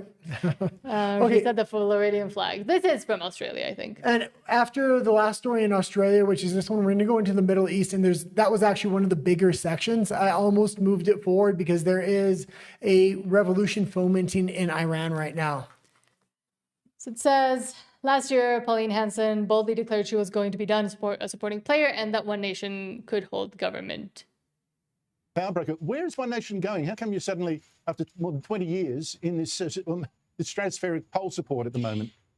Because you know what, a few weeks ago, Andrew, I said because under the leadership of Susan Lee are hopeless for the conservative politics of this nation, I thought, you know, no more am I just going to be there as a backup for them and support them, which I have been. And I thought, no, One Nation can hold government, whether it's state or eventually in time in the federal arena, or opposition. And if I don't have faith and trust in myself that I believe that One Nation can do it to represent the people of this nation, well then why would people vote for us? I'm putting myself out there and the policies for One Nation that I believe are great and right for this country. And I'm asking people to get behind us. And I wanted to say at this time to thank the people of Australia who've got behind us with their support, have become members. So we're just powering ahead. We've had an increase of 100% membership since the election. So people are getting behind One Nation. Pauline Hanson, thank you so much for your time. And the problem we've had in a lot of these countries is the uniparty. There's a left and right uniparty that really usually has a neoliberal ideology with conservatives that kind of go along with it to make it look like it's a two-party system.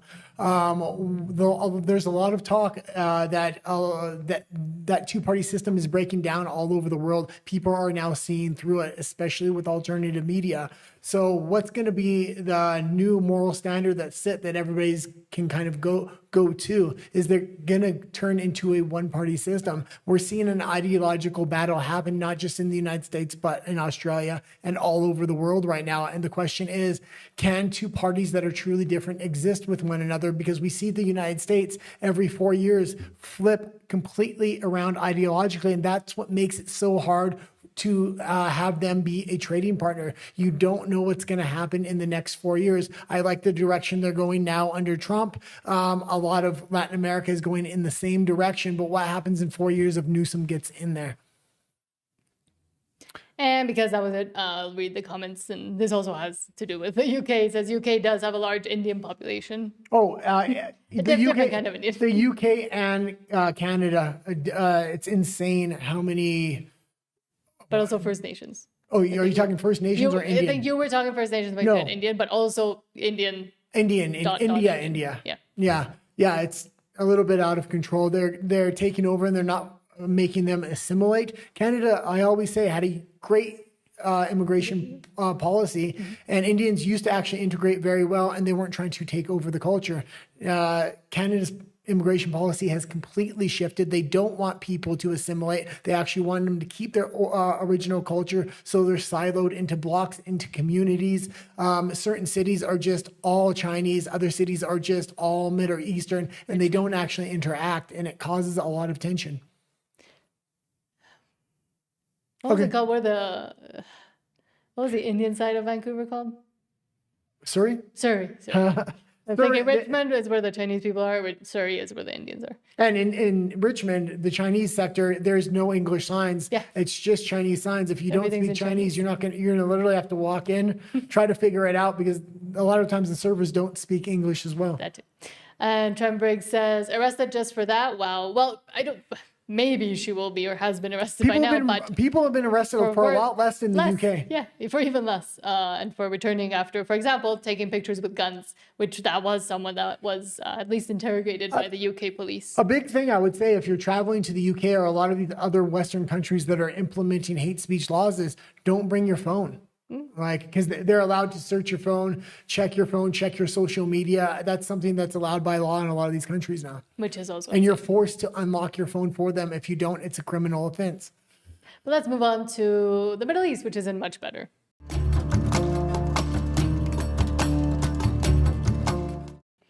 And believe me, we will change that Indian flag for another one. Because it annoys I me. like it. That being said, the Middle East right now, there's a revolution fomenting in Iran. I don't think this is an authentic color revolution.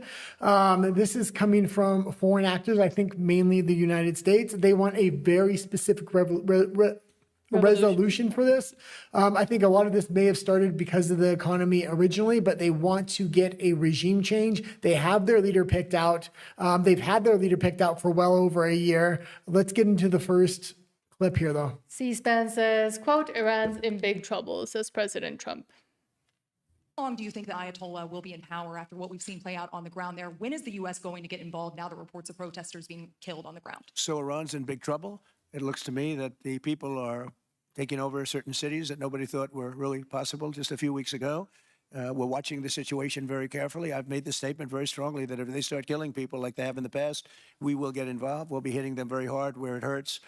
And that doesn't mean boots on the ground, but it means hitting them very, very hard where it hurts. So we don't want that to happen. There have been cases like this where President Obama totally backed down.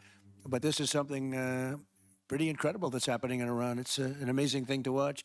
They've done a bad job. They've treated their people very badly, and now they're being paid back. So let's see what happens. And this is another one of those points where Israel does really come up because they have so much control over the U.S. I mean, the U.S. does not need to get in these extremely far off land foreign wars. This isn't even in their hemisphere, and they're talking about intervention here. We know where that intervention is coming from, primarily Israel, I would say, but I'm the one that collects the stories for these shows, and every 15 to 30 minutes, I'm online checking if there's anything new. So I get a real feel for the algorithm, how it works, when something's organic, when it's non-organic. What's happening in Iran just had a very, very non-organic feel that doesn't seem to be going the way that they want. They try to push it through independent media, hoping mainstream media would pick it up. Mainstream media didn't pick it up, so it went away for a few days. Then it came back. Again, independent media pushed it. This time when they pushed it with the context, mainstream media's not reporting on this,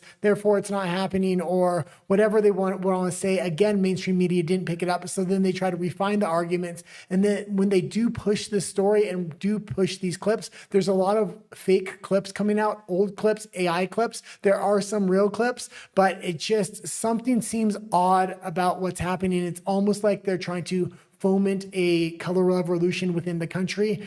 There was reports of massive amounts of Starlink satellites being over Iran to make sure they had cell service, so social media and the VPNs would work in that country. It's been going on for 12 days now. Every few days it kind of comes up and they push the stories for about 4 hours. That's kind of what I'll say about it. We'll keep reporting on it. I don't think it's as authentic as the independent media is making it out to be, and the mainstream media is really not picking up on it yet. So it's very interesting. But questions have started to arise as to what is going to happen after. Jay in Kyiv says, I'll read the second bit, quote, the U.S. should be doing everything to make this happen to take away the pro-Russian backed people. You planning to go back to Iran? You have not been there many, many years. And if anybody watches PBD, he's Iranian, so he has a lot of conversation and debates with big Iranian thinkers, leaders within the country. This is the pick for a lot of the international community or the American community. This is their pick. for the replacement to come into Iran. And that's why he's being put forward now. He's being put forward on a lot of independent media and a few mainstream media outlets. So it was 1979 when the Ayatollah came back. He was in exile in France at the time. Do you plan on going back? Do you plan on having free elections? Have you thought about it? Sean, at the call of my compatriots, I've stepped forward to lead this transition from this tyranny to a future democracy. My role is to help my compatriots achieve that goal, to bring about a peaceful end by means of a national referendum and a constitutional assembly. I'm impartial as to what the ultimate result will be, so long as it's a secular democracy. I've trained all my life to serve my nation. I'm there to serve and help them achieve that goal. And I'm more than ever ready to step in Iran as soon as the situation warrants itself. And I'll be there with my compatriots to lead the ultimate battle. Reza Pahlavi, thank you so much for being with us. And I just wanted to show him as the figure that they want to kind of have regime change with. He's ready to go into the country if some major events continue to happen within the country. It's very confusing on the information that's coming out of there. Unlike almost any other story I've covered, something suspicious is kind of going on with media manipulation, the way the stories are coming out and then they're disappearing the next day, both from mainstream articles that are being written and then disappearing from online, but also independent posts on X that are getting posted and then disappearing the next day because I've kind of tagged them for our show. Let's go into the last clip we have on Iran, though. From Marian Afwal, Iran FM warns U.S. and Israel, we are prepared for war. Iran's FM Aragchi delivered a message after arriving in Beirut saying Tehran does not seek war but is fully ready for it. He warned Washington and Israel against escalation, claiming past attacks on Iran failed. At the same time, Iran left the door open to talks on its terms. We do not want war, but we are prepared for war. And Donald Trump is really laying claim over the Western Hemisphere while China and Russia are bogged down right now and they cannot lend Iran the kind of help Iran needs. And that's part of the trifecta that makes the BRICS coalition. Brazil is kind of disconnected from the main three, which is Iran, Russia, and China. So if they're able to foment a color revolution in Iran, I think that would basically mean the end of BRICS, and it would be checkmate for China, especially because Iran is the main place China gets their oil from. Is it translated or no? You can just play it, see. I will meet Lebanese officials, and my first goal is to talk to our Lebanese friends and officials about regional developments. I thank Okay, you can kind of leave it because it's I'll just finish reading the rest of the thing. Yeah. America and Israel have tried attacking Iran once and they were defeated. And if they repeat this experience again, they will get a similar result. We are also ready for a negotiation, but a negotiation based on mutual respect. Whenever the Americans accept that negotiation is different from dictation, negotiation can begin. And maybe I'll just talk a little bit about Iran, because when this started coming up a couple of years ago, there's a lot of talk about Iran. I went to social media and YouTube to have people that just walk around the streets of Iran with their cell phones to show the infrastructure and get an idea of how it was on the ground without any political analysis. And it's actually a fairly developed country. I was surprised on how clean it was, on how developed it actually was. They have a very nice subway, shopping centers, people walking around the street. It seems to be that there's generally a lot of law and order for a Middle Eastern country. So I was very surprised. It's not like how Afghanistan is or even Iraq. Iran is very developed for a Middle Eastern country. Oh, that was it. Yeah, that was it. Sorry, I had to cough. And then... Oh, and I was going to say their infrastructure is very, very, very developed. A lot of underground bunkers.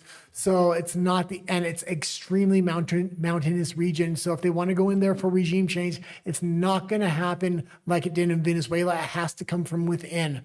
So there has to be some internal conflict, and they do have a president as well as the Shah of Iran. So if one turns on the other, that's how you really get a color revolution within that country. Okay, and was that the last story for, I think there's one more. Okay. And this one might be conjecture, but from George, quote, the United Arab Emirates is restricting their nationals from enrolling at British universities over fears that UK campuses are being radicalized by radical Islamist groups.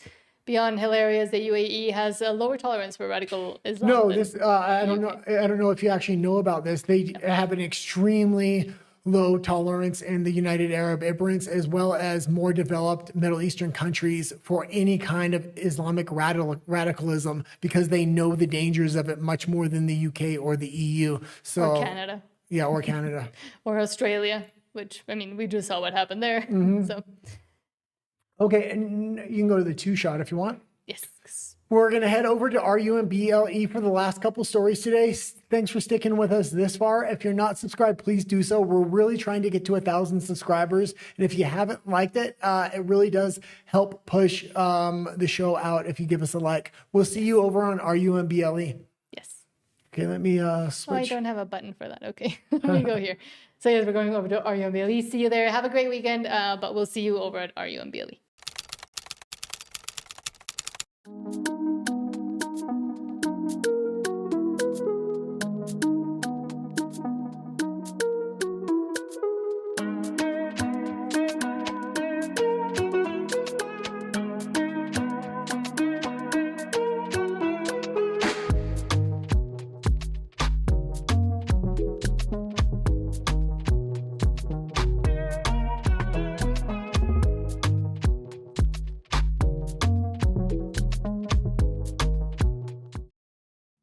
And we're back to Rumble. Okay, we have. Oh, hold on. No, we're not. Oh, we're not. There we go. Okay, we're Now on we it. are. Yes. Okay, we had a little trouble switching over there.